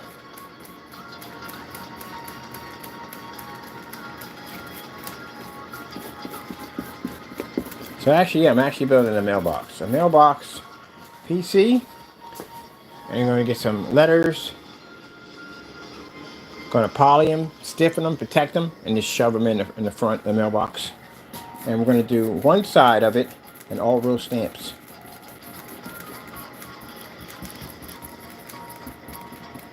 You got to be careful sometimes. You say certain things. It's for fun. I know people work at the post office. I know a lot of people work at the post office. But people say, oh, but you're just trying to protect. Oh, please, people. Those particular people think too much in everything. And you got to have it, adding your 2 cents and stuff. Please stop it. Because you read too much into it. I hate it when people are giving their kids pizza. And there's nothing wrong with giving a kid pizza. Nothing wrong with it at all. But these jerks will come into the room talking about, oh, you're a bad mother because, you know, you gave your child pizza. Really? Man, their kids must really don't like you. Because in the day, I couldn't imagine their childhood where if your mother has a problem with pizza, We don't allow Junior to eat pizza. It's a kid at the end of the day. Let him have his fun, you know? They only get to do that one time. But if someone's feeding their kids pizza, big deal. They're having pizza. It's bad for kids. How is it bad for kids? It's freaking bread, tomato sauce, and cheese. It's a sandwich with sauce. So this woman had bought pizza for her kids, and she knew somebody in the comments was going to say something dirty about what she did, right? And she said, I'm a bad mother because I gave my kids pizza. And the little girl was like, you're not a bad mother, you're a good mother. Say it. And she said it, and she cried on camera. It was beautiful. Because, you know, you should never, you don't know what that person does behind closed doors, so she's feeding the kid pizza. Big deal. That don't hurt the child. It's not hurting the kid to have pizza. Oh, give a child sugar for the first time. That's a bad thing to do. Good gracious, that must be horrible for that poor kid. I knew kids that couldn't have sugar. And you know what happened? Parents who neglect your kids from having a little sugar, when they get over, they can become addicted to sugar. Because they'll eat as much as they want, and you can't do nothing about it. You gotta basically monitor how much sugar they eat. You neglect them from something, and they get a chance to get it, because they're going to get it. In school, some kids going to give them sugar. They're going to get it. And when they get it, they're going to get an addiction to it. Because they were used to having without it. Then now you got an adult with a sugar habit eating problem because you neglected from sugar. But I knew parents like that never gave their kids sugar. We're Generation X. We ate just about everything you could freaking think of under the sun. And the reason why that the generation is now whatever it is because of us. Because again, we ate just about everything under the sun. We're still here. We don't have any problems at the end of the day. Sure, I've ate so much Halloween candy. I can't. Still eat a lot of Halloween candy. I got candy in here right now as we speak. It's always candy. Every time somebody pops like, yo, you got any sugar? That's like a dumb question to ask. Pick a drawer. I always buy bulks of candy on me all the time. As a matter of fact, I got a membership for something called thecandywarehouse.com. I go there and I buy bulks of that old-fashioned candy you can't get. That's what I buy. Mary Jane's, all them Twitchy Roll Pops, all that stuff. Nowlators, Boston Baked Beans, Alexander the Great, Hot Tamales, all of them. I like the old-fashioned candies.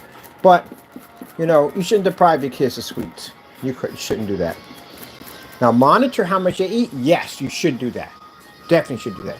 And they should get in the habit of eating fruit. Get into a habit of eating fruit. But they should have candy. I'll tell you something. If I had an option, if I had found a genie and he says, hey, what would you like? I wouldn't know it. Every time I eat a piece of sugar, I want it to feel like I ate sugar for the first time. That's got to be the most amazing feeling when you're a kid, when you're first time tasting something and getting that sensation off of it.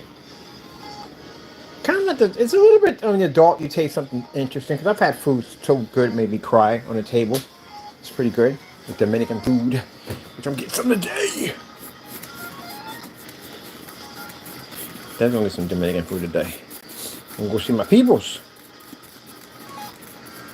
My peoples. Every time I go with my friends, I was like, hey, go hit me up, hook me up, hook me up. We eat this every day. I pay for this. You know that? I pay for that food. Dominicans, Puerto Ricans, and Mexicans got that good food at the end of the day. We pay for that food.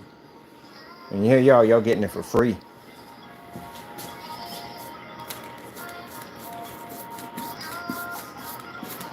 Which at the time I had that guy up the street from me. He had parties out there. And I was like, came out there, I was like, yeah. He said, okay, I understand. Someone must have complained. I understand the music's too loud. I said, no, I ain't complaining about the music. Next time you have a get-together, make sure you invite me. He said, I don't even know you. I said, now you know me. Don't invite me. He said, okay, no problem, Chief. Anytime we partying, we'll let you know. He said, where you at? I said, I'm right down there at them apartments on the bottom window. They come down there and like, yeah, what you doing? I said, not much. I said, come on, partying. Yep, go up there and party with them. I'm not that type of person call the police on you. I'm not. You don't invite me, I'm going to call the police on you. Other than that, nah. I don't show up empty-handed either. What y'all drink? Because I don't drink. What y'all eat, drink? When you're drinking this, okay, I got you. I got you. Y'all need ice? I got you for that. Want extra bags of chips or whatever? I got you for that. Remind me, so I say never show up to anyone's house empty-handed. Always show up with something. I try to bring some groceries or something when I come to somebody's house, something. Look at how it's turning out right there. It's got that gritty look to that grimy grit.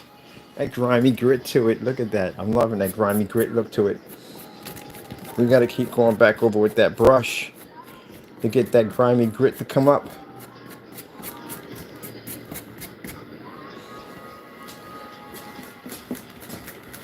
It's that grimy grit. You want that gritty grit. Got to put that dirt on it. I tell you, I watch this guy. It's interesting the research he does on people. And you remember that girl who did the Hot Tui girl? Remember her, that girl at Mardi Gras? Well, her whole story is pretty interesting. And I watch this guy who tells me like the backstory behind some of these people. That's why, man, you're lucky to get into certain situations. Don't get greedy. Be satisfied with what you have. Don't try to accumulate more, because that's what gets you in trouble. Accumulating more gets you in trouble. Be satisfied with what you have. You have more than what you started with, then be happy with it. Don't try to get more. Be happy. That's what happens when people go to casinos and they bet. They'll win, but they always think we can get more. And they end up losing it all. Be happy. Know when to walk away. Like the guy Kenny Ryder said, know when to walk away. Know when to walk away. That voice that tells you it's time to go, it's time to go. Listen. So that girl, basically, she worked at a job. She went to Mardi Gras. And she met somebody on the corner that was doing a YouTube video. And they asked her some questions, and she made that comment. She was drunk. And it blew up. These guys uploaded it, and it blew up. So, of course, she capitalized on it. She made T-shirts. She got a chance to throw out the first pitch at a baseball game. She was on a couple of talk shows. It blew up. She got fame off of it. And she made a lot of money off of it because she capitalized on that. Because, again, she's the one that said it. She gets paid for T-shirts, royalties, all that good stuff. And they pay her to come on the shows. So she's making more money than what she made when she was working her regular 9 to 5. But then she gets caught up in crypt coins and bitcoins or crypt coins, whatever it's called. And basically, long story short, not to go all into this, but she got caught up in some kind of scheme with these other people. And all the investors got nothing, but they got paid. And now it's turned into like a federal crime and all this stuff. But I see at the end of the day, don't get involved with stuff like that. Be happy.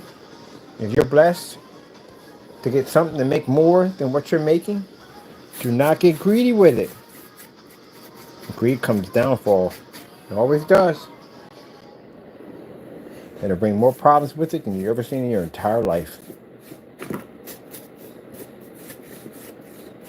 It's not worth it. Be happy. If you're blessed to get a couple steps forward, be happy where you're at. You got plenty of people that will come on board because you're greedy. And they'll come on board and they'll whisper things in your ear and say, hey, we can make money here, make money doing that. And this stuff will get you in trouble. Like when you watch these football stars, that'd be like $150 million. You lose $150 million. You're like, how the freak did you freaking go bankrupt and you had $150 million? You're just baffled over that. Like, what in the world does someone do to lose that kind of money? Get caught up in these schemes. Greed. Spending money way outside their means. When they were broke and living at home, going to college, barely making enough money from A to B, they didn't spend like that. They saved every penny they had. Every penny. The minute they get that money, boom, and spend it as fast as they get it. Now the smart ones, they invest their money wisely. They invest their money wisely, and they got money to hold back for them for a very long time. They do commercials, get sponsors. They invest their money in other businesses like Shaq, very smart businessman. invested his money into other businesses. Michael Jordan, another person, very smart businessman, invested his money into businesses, movies, sneakers, clothes, all kinds of stuff. Yeah.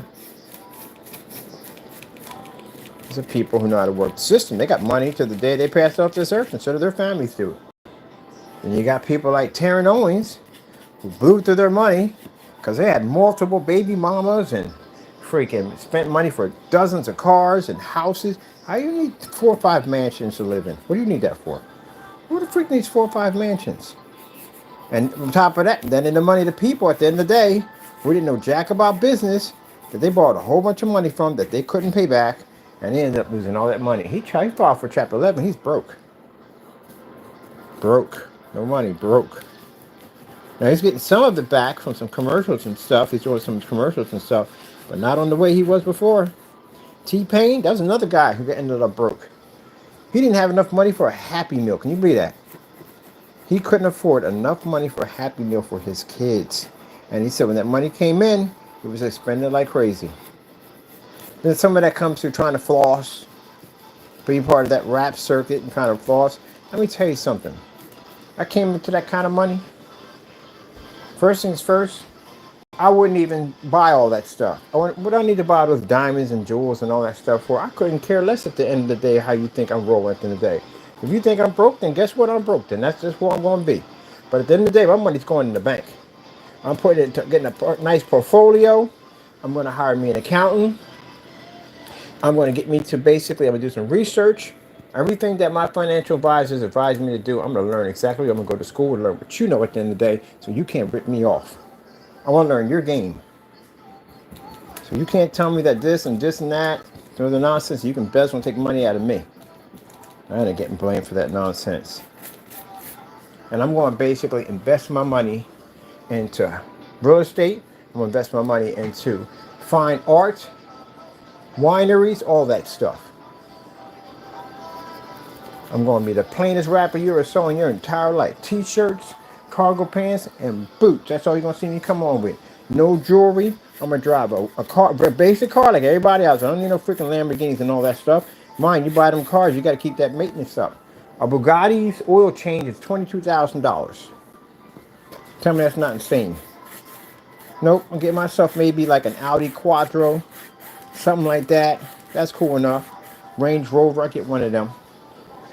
You know I can afford it because I make it, but I want no fancy cars. Heck, some days I might just show up on a scooter. Don't care. And they can joke about this and joke about that. Yeah, but I got money set back for a rainy day and beyond. Heck, forget the rainy day. I got money set back for a typhoon. I'm good.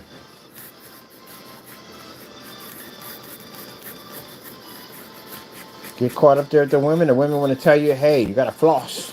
Got to show that money off. And you're like, nope, I'm good. I'm going to the thrift store. Bye. Couldn't care less. Well, I can't be with you because you don't drive so-and-so and so. Then you just don't be with me. Bye. I'm going through all that nonsense. None of that nonsense. No drama. None of that nonsense.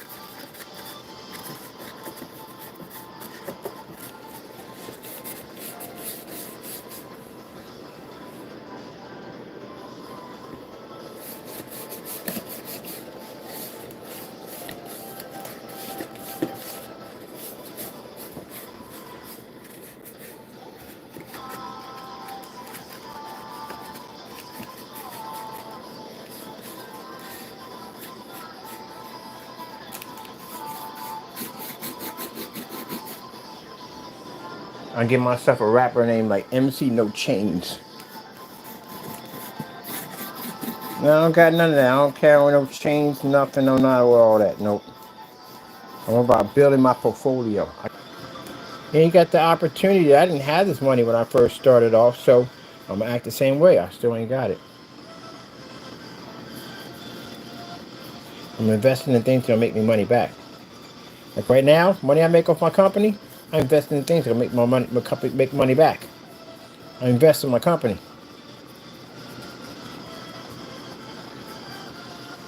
If I want something, it's rare I buy it for myself.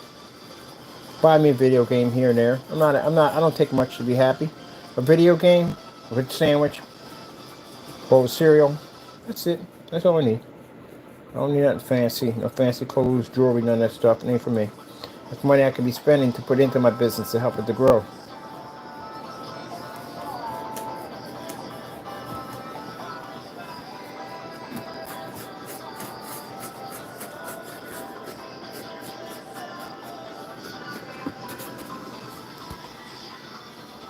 Oh, so we're getting there.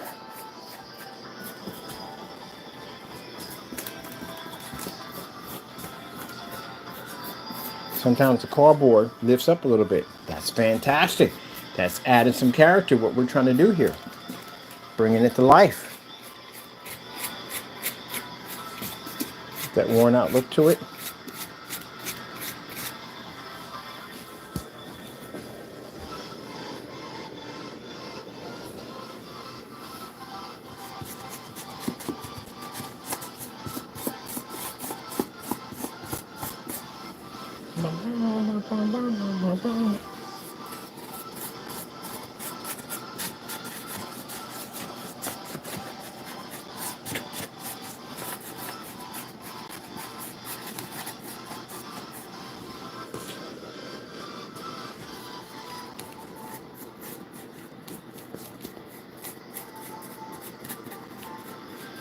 You got the detail coating to put on it. That's that little rusty brown we put on it. So when you got to do that dry brush, get a nice fan brush. I'm going to go back up and buy me a fan brush. I want a fan brush for that.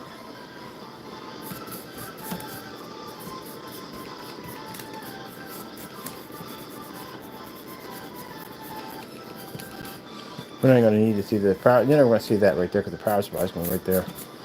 But just want to coat it just nice.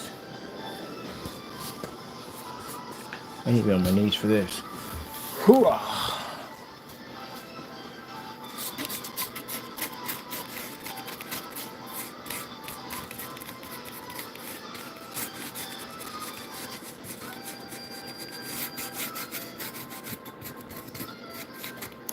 There's some areas in here. Gotta pick me a lazy Susan up badly. I can imagine someone named Susan picking up a lazy Susan. Like, oh, so we just got to pick that name. That's what we're going with. I think the person's name is Susan who actually made the lazy Susan. And now I got to look that up because I got to figure out exactly what that was all about. See, this is how I become a research junkie. Because literally stuff like that just sparks my curiosity. Why is the lazy Susan called Lazy Susan? Was her name lazy at the end of the day? So where did the name Lazy Susan come from? That's the stuff that gets me at the end of the day. I even watched a documentary on how fire trucks were built. Not only how fire trucks were built, how long fire trucks were back. Like how they first start, you know what I mean? Of course, they started to put the whole wagon and horses in the bucket. That's where it came from. Well, what was like the system? How did they use the system? What was the house, the firehouse made? What were the suits made out of? How did they design the hoses? When was the first time they brought out the pumping system? All that stuff triggers off all this information, and I end up learning all this stuff about fire trucks.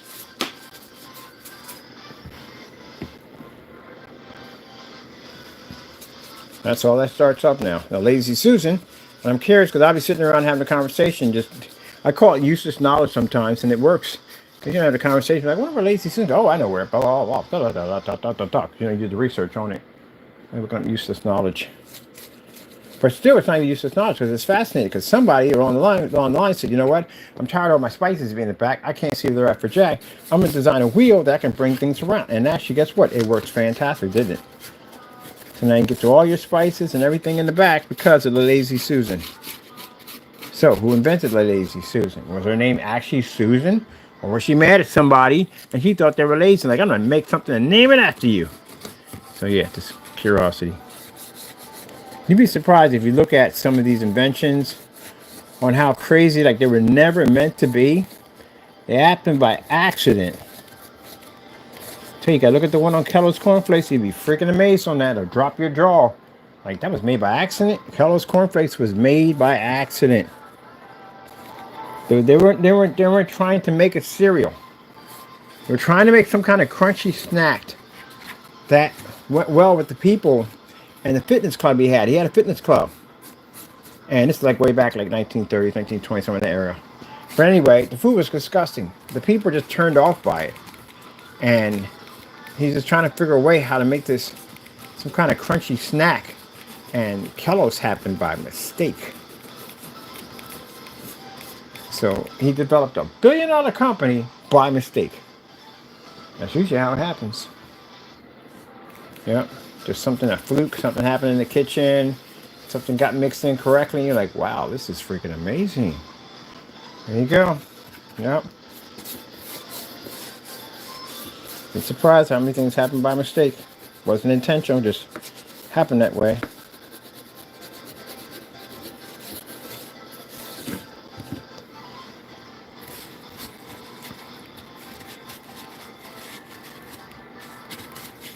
So you mean to tell me the energy for this nuclear sub that's about 12 blocks, city blocks long, all that happened by mistake? Like, yep, you believe it or not, the craziest thing that ever happened.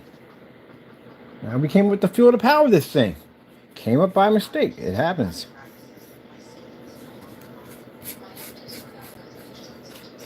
All by mistake. It's funny how they talk about how I watch Night Court, and they're talking about how Judge Harry became a judge because he was at the right place at the right time. It's the only way he became a judge. He was too young to be a judge anyway. He didn't have enough experience, but they didn't have anybody. One of the judges had died, and they needed a replacement right away. And they didn't have anybody. They were calling down the list. It was on Sunday when they were calling down the list. Of course, nobody was around because everybody was out doing their own thing. But he happened to be home, and he picked up the phone. And he became a judge. That's when he was telling Dan. Dan wanted to be a judge so badly because he's obsessed with power.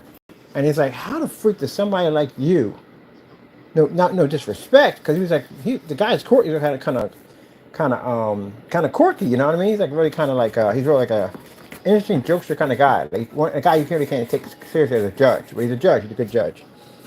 He's like, how the freak did you become a judge? He said, well, the judge had passed away, and they were looking for a replacement, and they were just calling people. This fact they were calling people was on a Sunday, and everybody was out doing their own thing, and I was just happened to be home.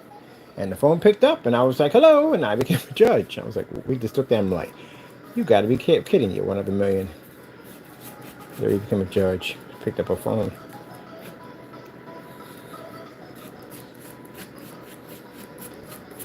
Those are those fluke things that happen at the end of the day.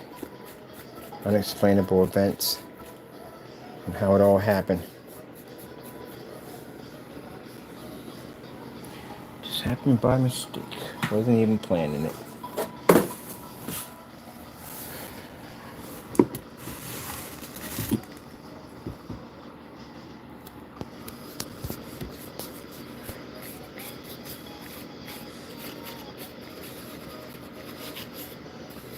Or it was destiny. It's just meant for you to be there. It's meant for you to be there. That's what it was. Everything lines up for a particular reason. God lines everything up for a particular reason. I think about the many times I crossed the path, hundreds and thousands of times, and I crossed that day and something happens that would have never happened any other day that I have crossed. I just happened to go back and for some reason went back to take care of something, and then I'm bumping into that person at that particular time when they were about to leave and go do something else, and we just happened to cross paths. It ended up something nice coming out of that. And you think to yourself, wow, if I never took that road, if I took a different way, if I went this way or that way, I'd have never bumped into that person.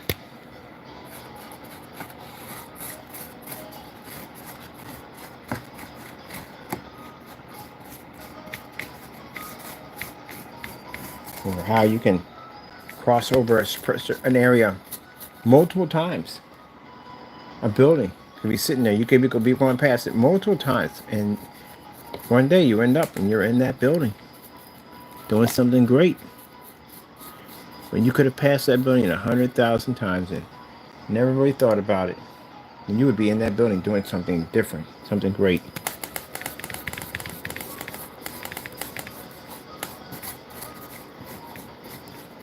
So we're getting the rest of our corrosion done. Taco is sneaked back in his cave again.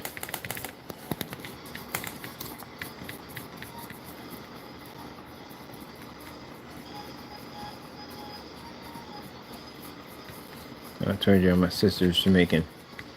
Boyfriend smokes his weed. And this time he got Taco catnip. Got him a little catnip. So when he smokes his weed, Taco got his little catnip. And Taco got his catnip, he smokes his weed. And that's a little hangout time together.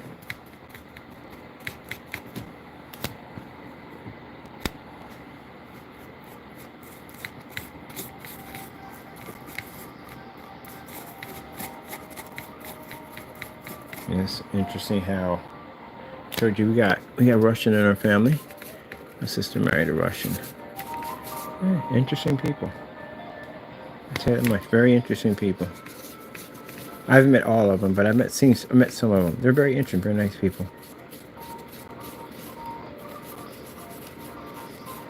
Yeah, people out there, but they're what? Because of the whole war? So all of them are liable for that? Boy, yeah, you're ignorant. You're just blaming an entire race for a few bad apples, right? That makes you ignorant. That makes you worse than the bad apples. You're not all like that. Can't say that. That's wrong.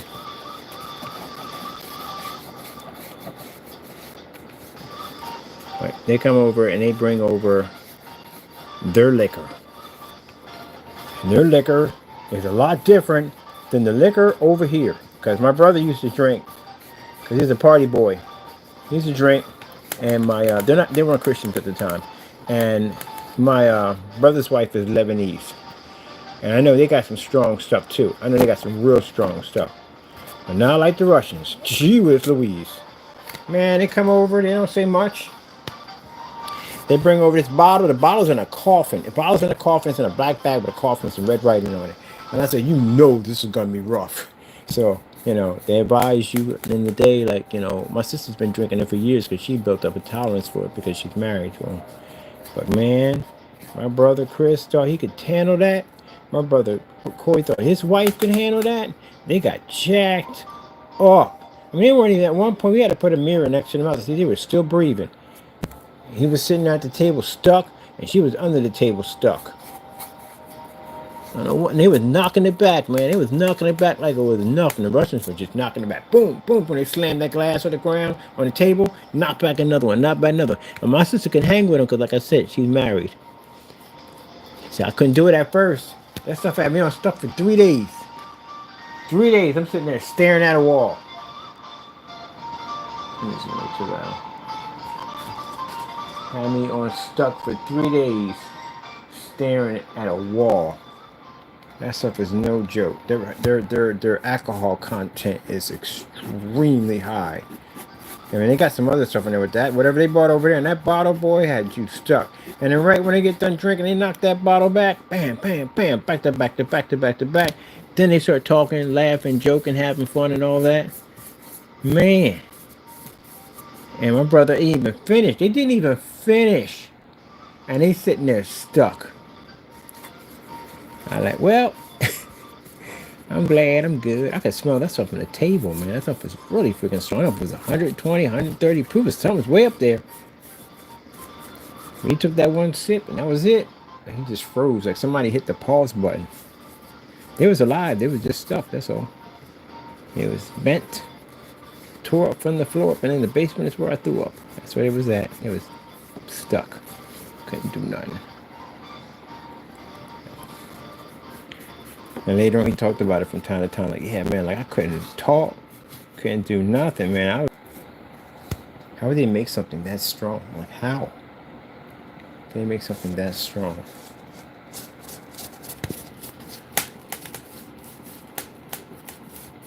Yeah.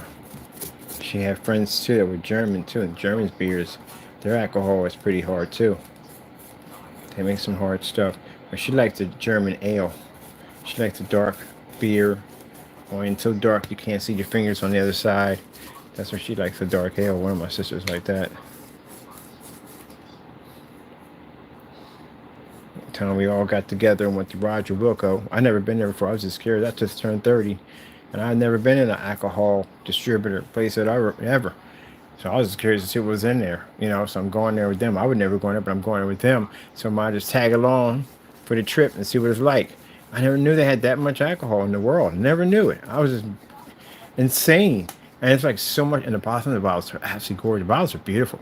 Some of those bottles are absolutely a piece of art. They're gorgeous. So I'm in there and I'm watching. Like, I didn't even know my family drank. Like, I really didn't know they drank. Now, they don't drink to get drunk, but they like to drink a little bit.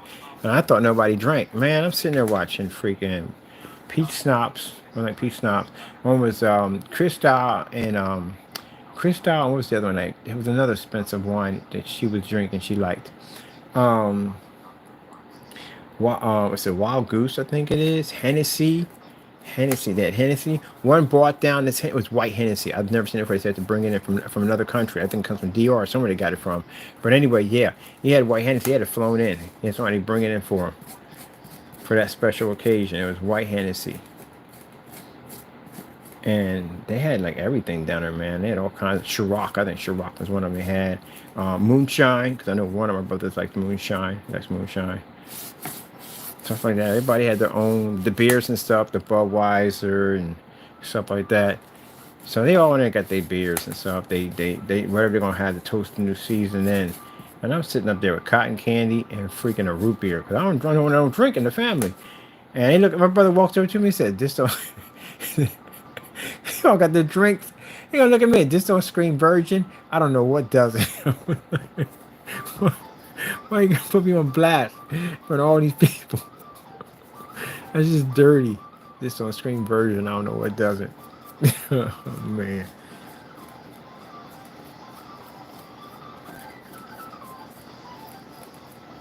Now, I ever tried a drink ever? Yeah, I did. A long, long time ago. I drunk some alcohol one time. I didn't even know what to drink. Because, again, I don't drink. So I was just trying to memorize what my buddies, my corner buddies, they drank. And I was trying to remember what they drank. So I kind of mixed everything together because I didn't know what I was doing. So I had freaking Mad Dog 2020, I think that's what it is. And I had freaking OD with some Hennessy. A little bit of Hennessy. My buddy had Hennessy. And he's like, I'm going to give you a little bit of this because you can't take this, will mess you up. And man, I didn't even know I was drunk. Like, I was literally walking a straight line, like touching my face with my hands with my nose and all that. You know, after, because that's stuff, you know, you're drunk. You know, you can't touch your freaking nose. You're drunk. That's what I'm thinking. Man, I found I got extremely good coordination when I'm drunk. I like really good coordination. I can touch my nose. I can walk a straight line. Everything, whole 9 yards. The only thing I wouldn't pass the breathalyzer test. I wouldn't get past that. But everything else, yeah, I can pass it easy. My coordination is really good when I'm drunk. But didn't know. Like, I really didn't know, because how would I know? And if somebody told me something about if you breathe in oxygen, if you like breathing in, it makes you faster, drunker. So I'm sitting there going, breathing air, and I was wasted. I didn't even know it. And my friends knew I was wasted. It was like, oh, he is jacked up. So I kind of got away from him. I took off, running, and got away from him. And they were looking for me, and they said they found me in a schoolyard, arguing with the fence. And apparently I had a fight with a fence, so that's what I was in there. I was in there punching the fence. I was arguing with the fence. It got me in the car and like, oh shoot, I was gonna bring him home. My mom would have triggered big time on my other brothers for that mess. So yeah, like, let's take him over to White Castle, get him some coffee, Tic Tacs, all kinds of stuff. The Listerine, I'm spitting stuff out. She knew. She definitely knew. She picked that up a mile away when I walked in. She could tell. She didn't say anything at all, period. And that's the part that hurt the most, is she didn't say nothing. When she came in my room, she just looked at me, put my stuff up, and she just looked at me and walked away. That's it. That hurt the most. That did the most damage. Never drank again after that. And I didn't want to go near it, wouldn't bother it, nothing whatsoever. I didn't like the taste of it anyway. I didn't like the taste. I didn't like it. I didn't get it, how they were so casual drinking this. I'm like, how are you drinking it so casually? It's disgusting. No, it's pretty good. But I'm also fascinated by people who drink. I am. I'm fascinated by not people who drink and get drunk. I mean the people who drink and they basically describe like the taste of it. Like, it's got a fruity taste. It's got a smoky taste. It's got a nutty taste to it. I like people who really enjoy their alcohol. They savor it and they drink it and they talk about how amazing it is. That's why I like watching the Tri Channel, like how people react to alcohol. Some of the heavier stuff they drink, you watch them go, whoa! Like the reaction they get off of, like that is really crazy right there. It's smooth, but it's rough going down. How they describe it, I find that fascinating. People really enjoy their drinks.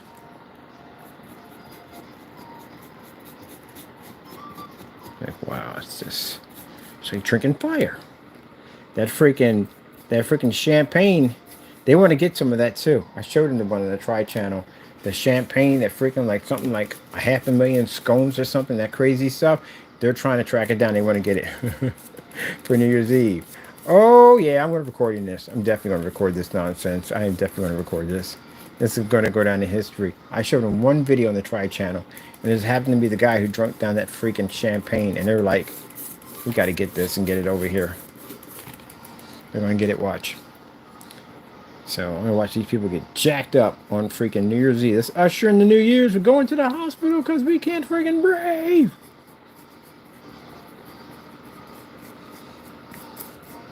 So yeah, like I told you, I have family members who did that whole hot chicken challenge stuff at a restaurant. Signed a little waiver and everything. And they sat there and told you, it's real. You think people in there basically drinking and they can't swallow in. The juice doesn't work. The water doesn't work. You think it's an act. She said it's not an act. It actually is like that. She said because her and her ex-boyfriend did it. They bumped into this restaurant and they walked in there. Chicken plates with the hottest chicken in the world. And they thought they could take it.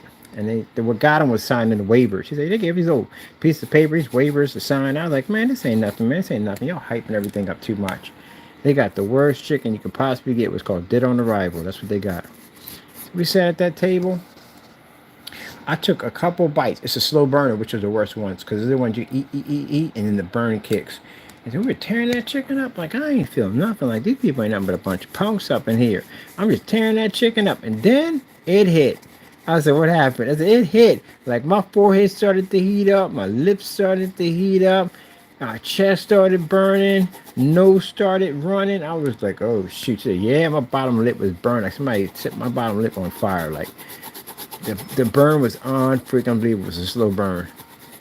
And she said they drank, they thought, like you think you're fail safe, it's going to be that water. You believe at the end. You're telling you believe at the end of the day that water right there is going to save your life, but it ain't going to do jack for you. And that's when the panic kicks in. Yep, she said panic kicks in. Your trigger anxiety. You have anxiety attacks. All kinds of stuff will trigger off. Be careful about that because you die in that process. So she was like, yeah. She said because I had believed that water was going to save my life. It didn't do jack. She said that's when the panic kicks in. That's when you start believing that you really messed up. You messed up. You're going to die. Because she said you tried the water and the water didn't work. You know, your brain's going to tell you. It's going to tell you, oh, get some ice cream. Because ice cream will work. And you'll go get ice cream. She said, and the ice cream didn't work. We spit an ice cream out. It's not working. Then it tells you, oh, choose some ice cube. And you choose an ice cube because the ice cubes are actually, no, that don't work. Then that's when the panic kicks in. That's when your mind starts racing at 100 miles an hour and your heart's beating because that's going off too at the same time. And you're thinking at the end of the day, I'm going to die because I can't get it to calm down. So then you think, okay, if I get upset and if I get crazy, I'm going to basically have a heart attack up in here. So the best thing to do is just calm it down. Let people calm down, put their head between their legs, try to get control of the situation. But you can't get control of the situation because you can't get no peace. You're constantly burning. You're constantly burning. So the burn wouldn't stop. And then she said after about a good roughly about good 9 hours or so, yeah, then it starts to come down a little bit, but not by a lot. It just comes down a little bit. It gives you some kind of relief that you're not going to die in that situation.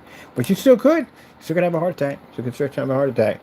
And apparently her boyfriend ended up in the hospital. Her ex ended up in the hospital because his heart rate started speeding up. And he said, I got to go to the hospital. My chest is killing me. I'm not laughing about that, but it's just messed up. But he said, yeah, my chest is killing me. She was cracking up about it because she said, it wasn't nothing. He just had acid reflux disease. So apparently he had acid reflux disease and ate this freaking chicken. So yeah, it went off like a volcano in his chest. So of course he had to go to the hospital. So yeah, they were lit up. And she said that's not the worst of it. The worst of it is the aftermath the next day. That's the worst. This is where you get your migraines, your headache, and your endless diarrhea. That feels like you got shards of glass coming out your booba hole. Yep, that's the worst. She called out of work for 3 days. Messed her up. That's why they make you sign that waiver, that piece of paper. That's not there to be pretty. That's there to warn you that, look, if you die in the process of this whole ordeal, you can't sue us. You are 100% fully aware of your actions. Sheesh. But they said they did it. Sister will never do it again. But at least you can honestly say that, you know, she can basically relate to people that you see go through that torment ordeal.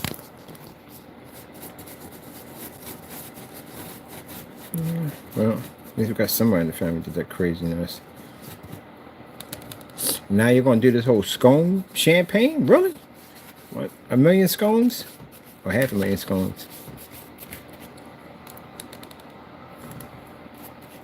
I think everybody thought they could take it. When Mexican ghost peppers came out, everybody thought they could take them.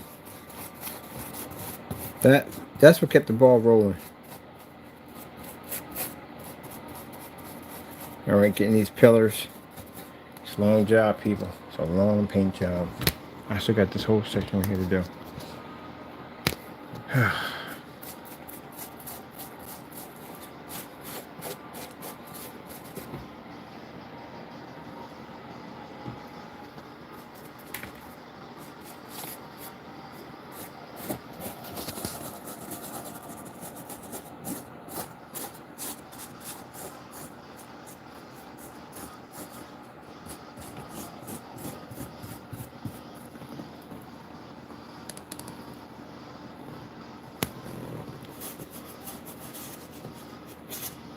Sorry if my hand's in the way.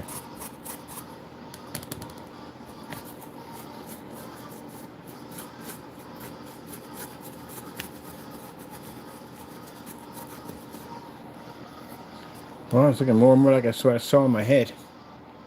I can honestly say that. So I saw this all in my head, and it's looking just like it did in my head.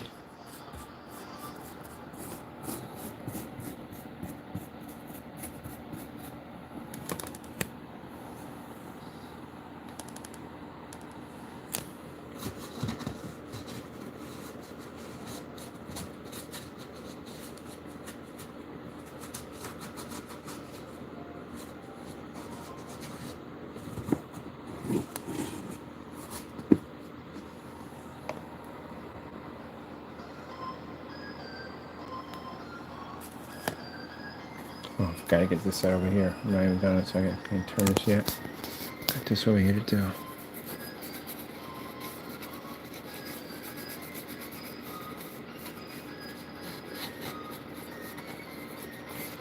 Watch this hockey puck drop. Go get my root beer, my cotton candy. As I always do. One of the traditions I had when New Year's Eve, when I spent a lot of my time by myself, I used to sit back and I used to play video games. Yep. And I forget one of the games I had, best New Year's Eve I ever had in my life, was me by myself playing Call of Duty on the GameCube against the old World War II version. That was the best fun I had. Rather just be gaming.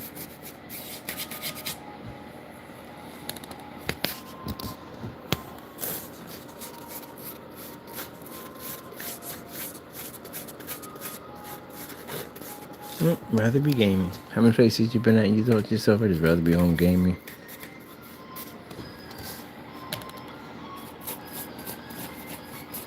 Or thinking about a level that you're trying to conquer and you're trying to figure it out in your head while you're with a bunch of other people trying to figure out how to get around that level. And you figure it out right there and then, but you're not near your game system. Like, ah, crap. Like, oh, so that's what that little door was for. Huh. What would have happened if I hit that combination on that door? What would have happened? Now sneak over to your phone and look up. See if you're right on your theory and you find out you are right on your theory.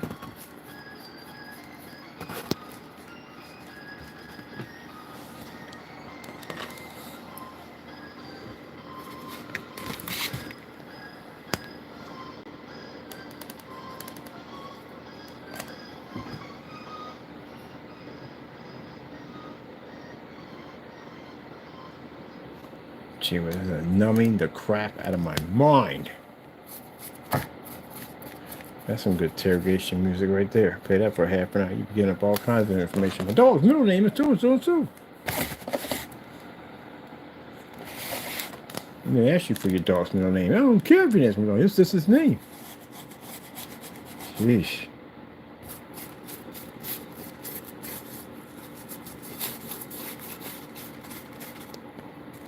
Only people, we gonna get funky. Yeah.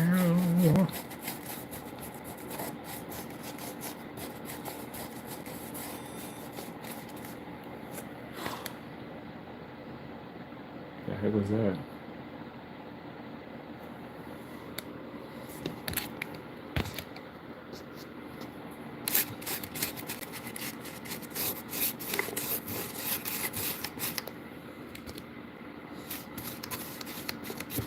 We already had this conversation about Santa Claus.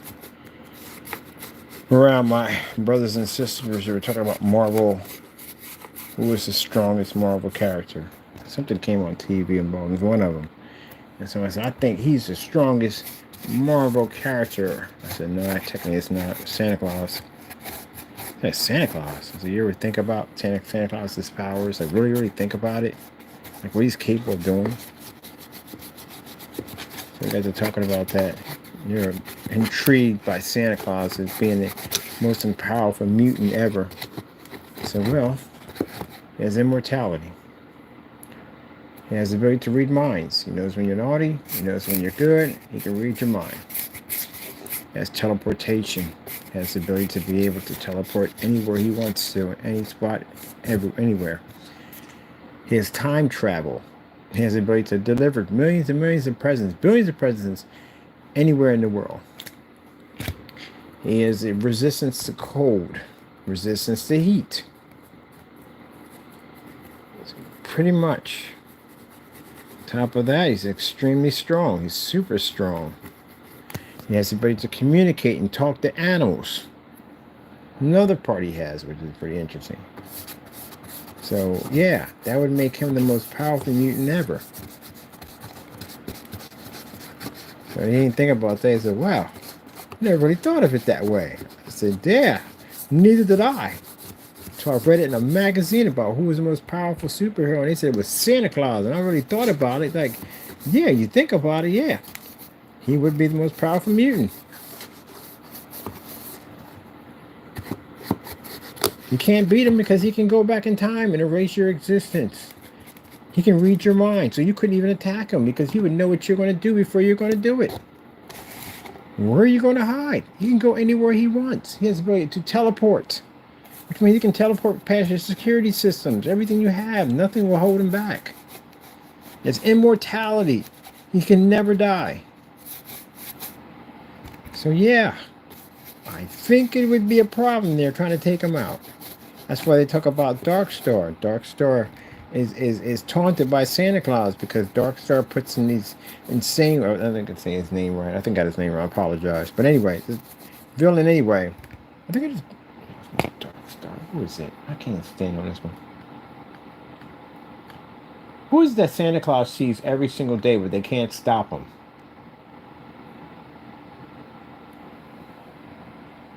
Marvel's no, it's Marvel. They're talking about Santa Claus is going tomorrow.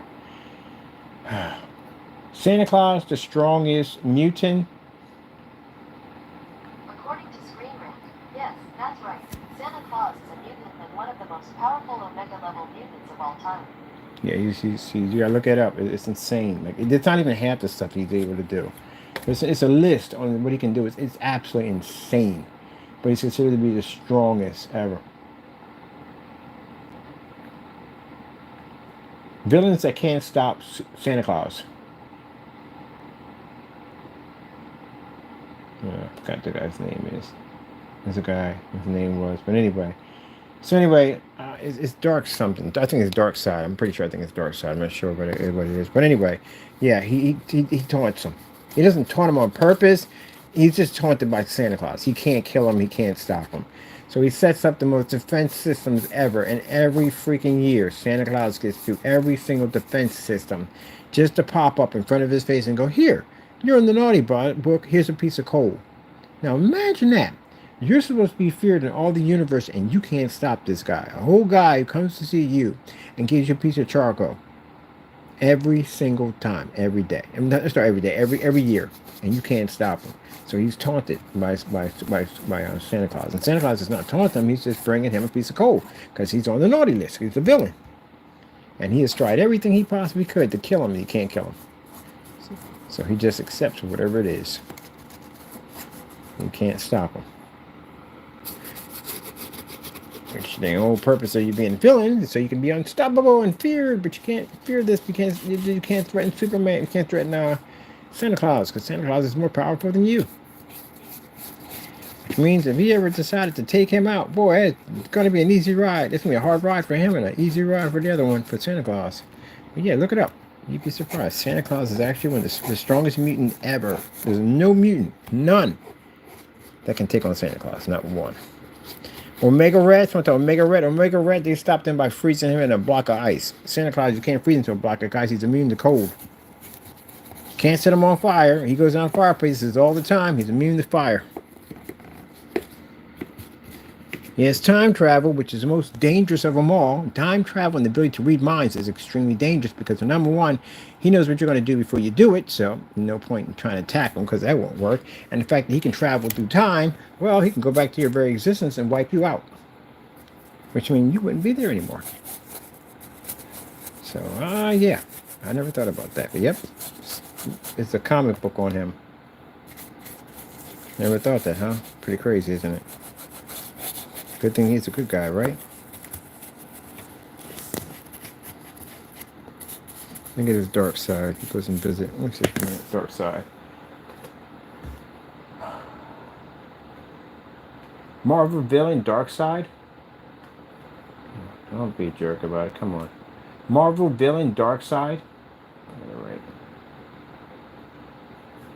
I got it wrong. His name is wrong. Sorry. It's Dark Side, something like that. Whatever it is. But anyway. Yeah. That guy right there. You can't stop Superman. You can't stop Santa Claus. Santa Claus goes through his defense systems, just comes in smoking because he can't be destroyed. And every time he walks up to him, imagine you have the best defense system in the world. And this guy on a sled with reindeers, literally, you can't destroy him. You're watching everything just fire at him, and there's nothing. He's still coming at you. And he walks right up to you in your base and says, oh, guess what? You're on the naughty list, and gives you a piece of coal and walks away. Yeah. Tells you right there. Yeah. There you go. Good luck on all that.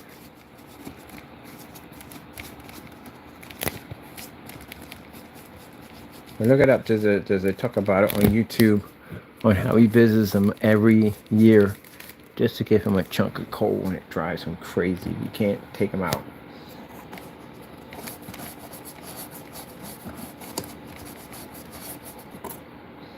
Maybe that may drive him to be good. Like, I can't take you somewhere. I can't stop. What do you mean to tell me? A jolly old man on a sled with a bunch of reindeers can go through my defense system so easily, and nothing happens to him. And they say, nope, we tried. Nothing works. I quit. I don't want to be a villain anymore. I quit. I'm just going to be good. I'm going to be good from now on. I'm done. I'm done. I'm going to call his dark side. He's going to call it a snap. And lose like, I'm done. I'm done. I'm done. I'm freaking done. I'm done. What are you going to do now? I'm just going to be an everyday Joe. I quit. I freaking quit. Super villain's like, what happened to him? He quit. I'm done. Sitting out there on the beach with a freaking Hawaiian shirt on, some sandals, enjoying the sun. Like, I'm done. I quit. I've retired from everything. I'm done. And the other thing about it, Santa Claus will still come to visit him. Either way, it doesn't make a difference, because you know why? He'll pop up and say, oh, you're on the good list now. Got to bring you something. So there's no way for him to escape Santa Claus, ever. If he becomes good, he comes sees him. If he becomes bad, he comes sees him. There's no way around it. He's going to see him forever. And since I think he has immortality too, I think he also has it. Let me see. I think he does have immortality. But anyway, he's going to be seeing him forever. For eternity. So, just think of that as his permanent punishment.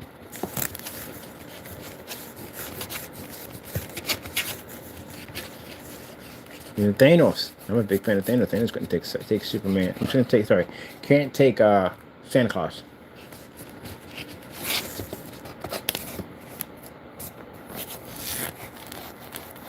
He's got time travel. He can go back before Thanos got his hands on the gloves. Thanos only has time travel because of that gauntlet. Without that gauntlet, he doesn't have anything. He has some power, but not the kind of power that gauntlet was giving him. On the other hand, not Superman, but Santa Claus always had it from day one. He had that ability from day one.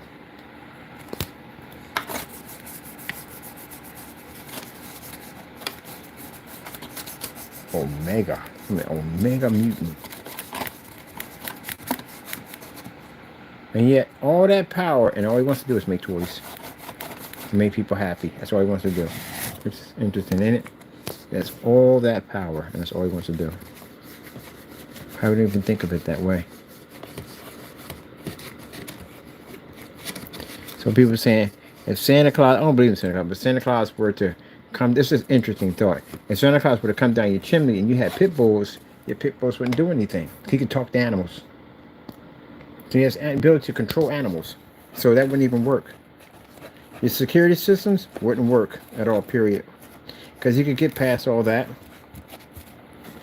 He can turn his body into different form of antimatter, and he can basically squeeze his way into any place he wants. He can come under your door. He can go anywhere he wants. He has teleportation, so you can just teleport right into your spot, no problem. And like I said, forget your dogs. So remember, he talks to reindeers. He talks to the animals. He can communicate with them. You communicate with your dog. Tell your dog, hey, go lay down, go to sleep. He'll go to sleep. It's got mind control. So, yeah. There's no way to stop him if he was coming through.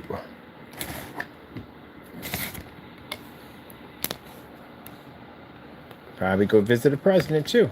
The president's got an insane system set up to protect. He goes right on through. The president probably arguing like, what are you doing? It's freaking Santa Claus. No, don't put me on the naughtiness. I got things I want this year. Don't put me in there. But no, it's just a joke at the end of the day. Like, I believe in Santa. No. And my mom did allow us to believe in Santa Claus when we were kids, you know, and as we got older, she told us that it's Jesus Christ at the end of the day. Okay, so man, we've been chopping away at this for how long? Oh, well, actually, it's only 12 o'clock, so that's why good thing we get up early. And hopefully my projector's here. Because then that starts another path. Another path. Gotta go back over everything all over again. Just get up, make sure everything is taken well to the brush.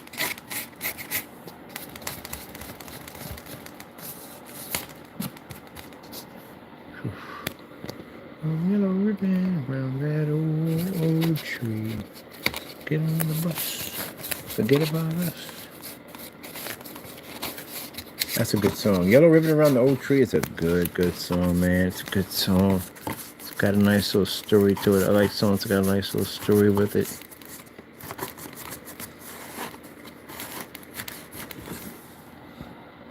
Never listened to it before. Try it out. You might like it. It's a good song. Try something different. See if I like it. Same thing goes with food. Sometimes I don't do well with food, man. I lose sometimes a lot. Thinking it's going to be great turns out to be the worst mistake of my life. Like the freaking IHOP incident, where for some reason I don't know why I thought a cheesesteak omelet was going to be amazing. Now when it's got mustard on it, it isn't. Oh, that was nasty. It ruined my whole day, man. You got something ruin your day so badly that you can't eat nothing at all, period, even though you're hungry. Because it just wrecked your whole day. That's literally what that omelet did for me. That was the worst thing ever. Alright, so I hope Frank is good with this. Frank, I'm like, okay, let me check out your work. It's gotta look dirty. We need that dirty look to it. You need that extra dirty. You gotta put that stank on it. Yeah, put stank on my PC case. Gotta put that old school stank on it. Let's come along quite nicely. The touch up, brush up. That's doing the touch up, brush up on it. Make sure we got all little areas nicely. No, we did not. We should have this whole part underneath this. That's why I go back over top of it, because you never know. You've missed a spot.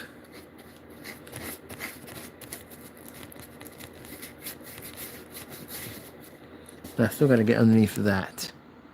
We're going to need some more corrosion with that, so I might go back and go pick up some more and come back in and finish that spot too. So get that finished. Hold on, people. We're about to go low. We're about to go low.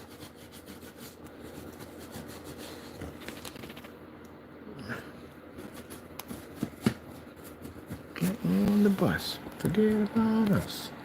Put that burn on me. See that yellow ribbon around an old tree. Old oak tree. And 3 long years. Do you still want me? I learned about those old songs from my pop, because he had an old 45 record player, AM radio, big huge system. Like they had the white wood with the gold trim in between it, back and forth, and the speakers were made out of this sparkling fabric, paper comb speakers, and he had an AM radio on it with 45 for his records. And he used to listen to Raindrops Are Falling on Your Head, and another song he loved James Brown, big fan of James Brown, but he liked that whole yellow ribbon around the old tree. He used to play it all the time when he got home from work. And so I ended up listening to different types of music, because my brother was into Isaac Hayes and Herbie Hancock, Pieces of a Dream. He liked jazz and all that stuff. And my sisters and them were into Dinah Ross and Jackson 5 and Dinah Summers. That's what they were into. And my brother, my older one, he was into Fog Hat, White Snake, The Doors, that kind of music. My mother listened to classical music. Amadeus, Mozart, Tchaikovsky, Beethoven. And I, in the middle, got to hear all that music. So I ended up listening to everything. That's when I was living at the apartments. They was like, Ken over there, he listens to everything all at the same time. Yeah, because I listen to jazz sometimes. It'll be bluegrass. Oh, I like bluegrass. The harmonica, bluegrass blues with harmonica. Oh, yeah. Beautiful. Listen there. He listens to everything all at the same time. Yeah, I like everything. And I'm always interested in learning something new, some new music I've never heard before.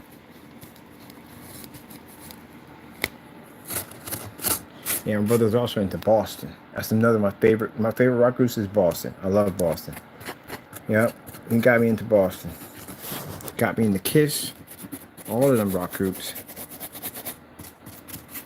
Got me into the Beatles, the Monkees. Monkees was an actual real group too. People thought they were just a TV show. No, they were an actual real group that sang.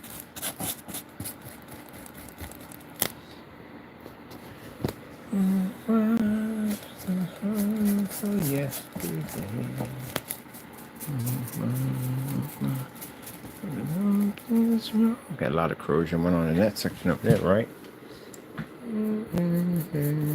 Yesterday.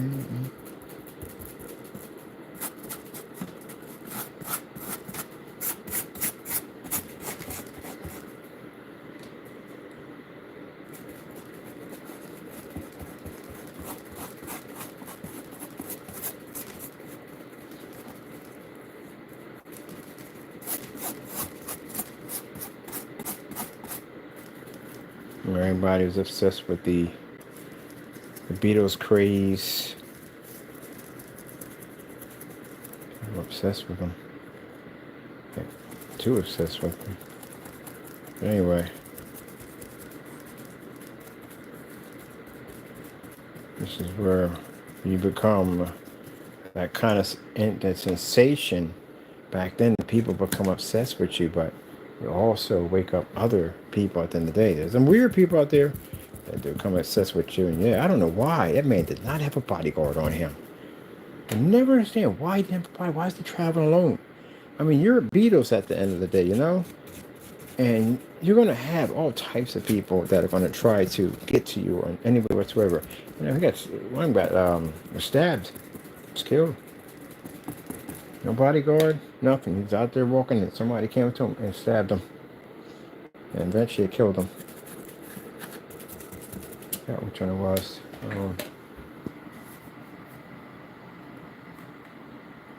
Which one of the Beatles was stabbed?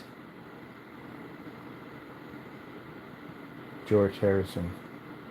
George Harrison, remember the Beatles, was stabbed in 1999 by an intruder at his home. Oh yeah, that's him. That's right. He was able to overpower the intruder and save her husband's life. Now, one of them died. Let me see.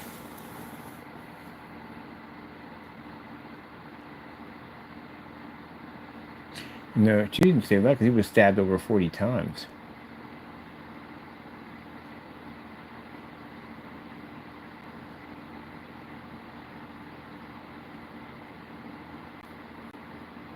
What happened to John Lennon? John Lennon was the one that was killed. Okay. He was. I didn't think everyone got attacked too. So one got attacked in his home. He was stabbed 40 times, and John Lennon was shot. He was shot by Mark Davis outside of his apartment in New York City, 1990, December the 8th. Well, yeah. I know one. I didn't know one guy. I know one got stabbed and he lived. One got stabbed 40 times. It was John Lennon's the one that was killed. But I'm like I saying, at the end of the day, security, like really, you're that big of a sensation star. No one should have been able to get close to him like that. I would have had guards on me 24/7 because you know you're gonna pick those up. You're gonna pick those up. He was outside, and that's where people find the opportunity to do something. And I'm pretty sure he wasn't carrying anything on or whatever, but ain't much you can do if somebody's walking up to you and they're firing around at you. Not much you can do but duck and run. That's a shame.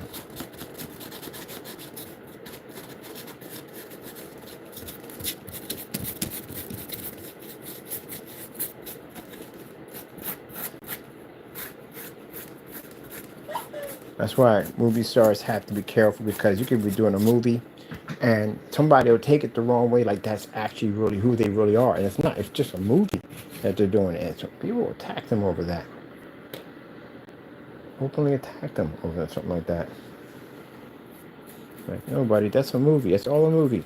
It's just a script. It's a movie. Like that really, I'm not that kind of person. I couldn't imagine. All right, getting our pipe here. Oh, if the informant came out. Hey, informant. You go, He makes a sound. The informant came out. Do you like seafood? Yeah, he did. He didn't say anything the whole entire time he was eating it. So yeah, our paint job for our dirty look came out nice. Got a nice good rust look to it. No corrosion look to it. Not rust yet, the rust comes on later on. Got a nice corrosion look to it.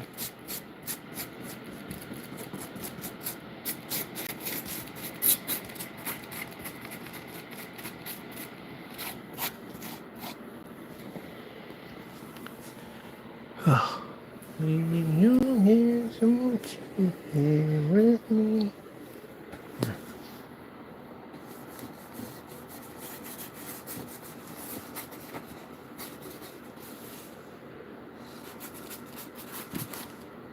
Gotta paint it this way.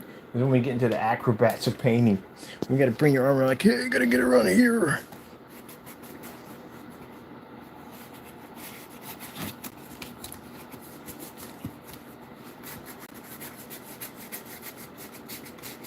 Got a motherboard sitting on top of this. See here for a minute.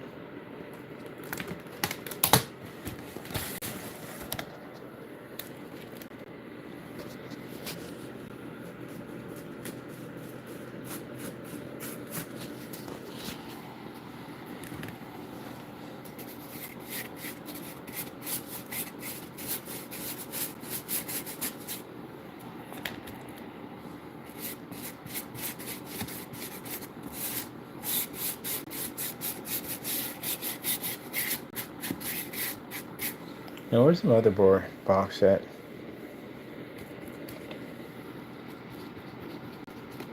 Gotta open it here.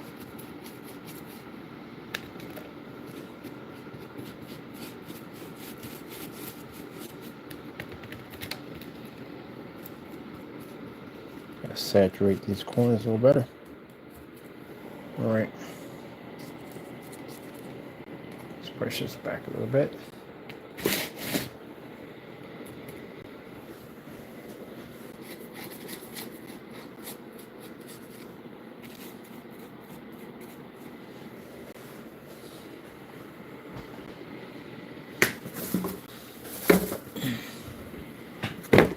Motherboard.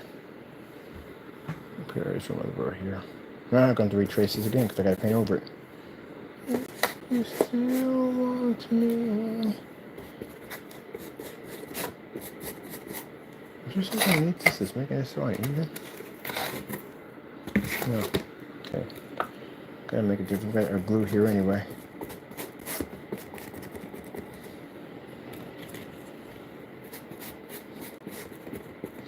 Alright, I'm gonna make this easy on myself. Oh.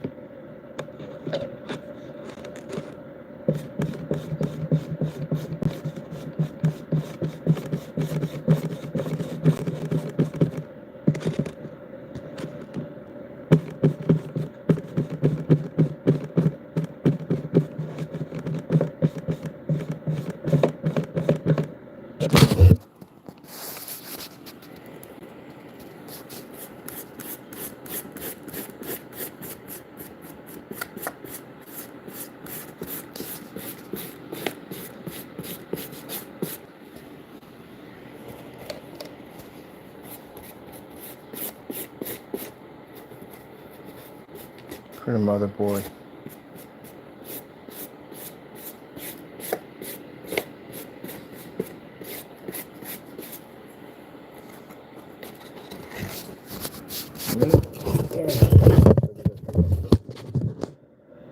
Gotta get this part done.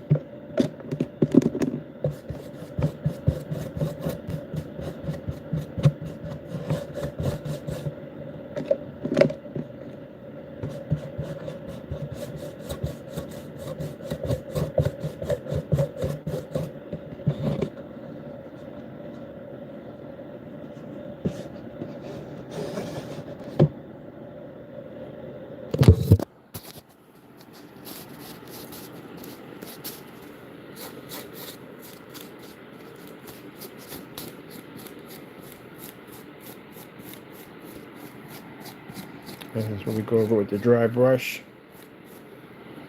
Don't need much on it.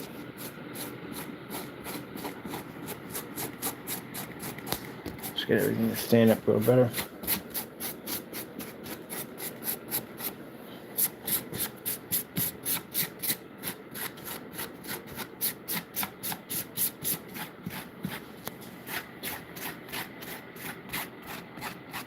Gives a little more detail to it.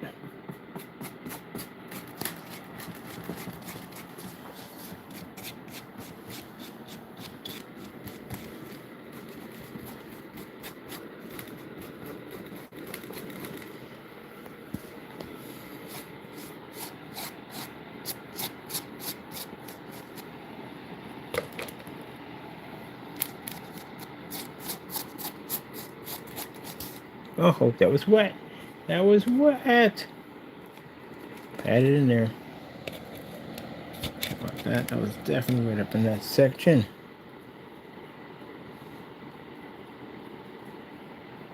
Okay, be careful.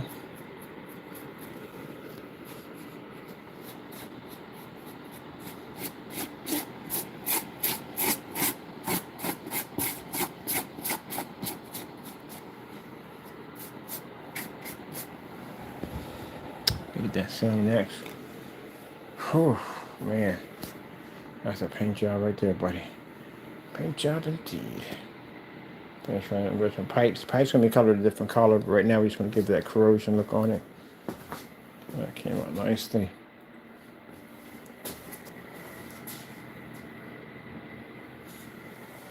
We're gonna do a nice soft white light. Nothing crazy, but a nice soft white light in here. Everything to stand out. Alright people, hope you enjoyed. I gotta see where my projector's at. Give this thing a chance to dry. I gotta go get something to eat or something. And once it's dry, we'll go back over with the nice rust job. This is what we're going to use next. This is right here. The projector hasn't got here yet. We'll be working on this. Alright, hope you enjoyed. Thank you for your time. And of course, we thank our Lord and Savior Jesus Christ for blessing us with amazing technology. If it weren't for Him, I would never be able to do this. Gotta go. Thank you all, and God bless.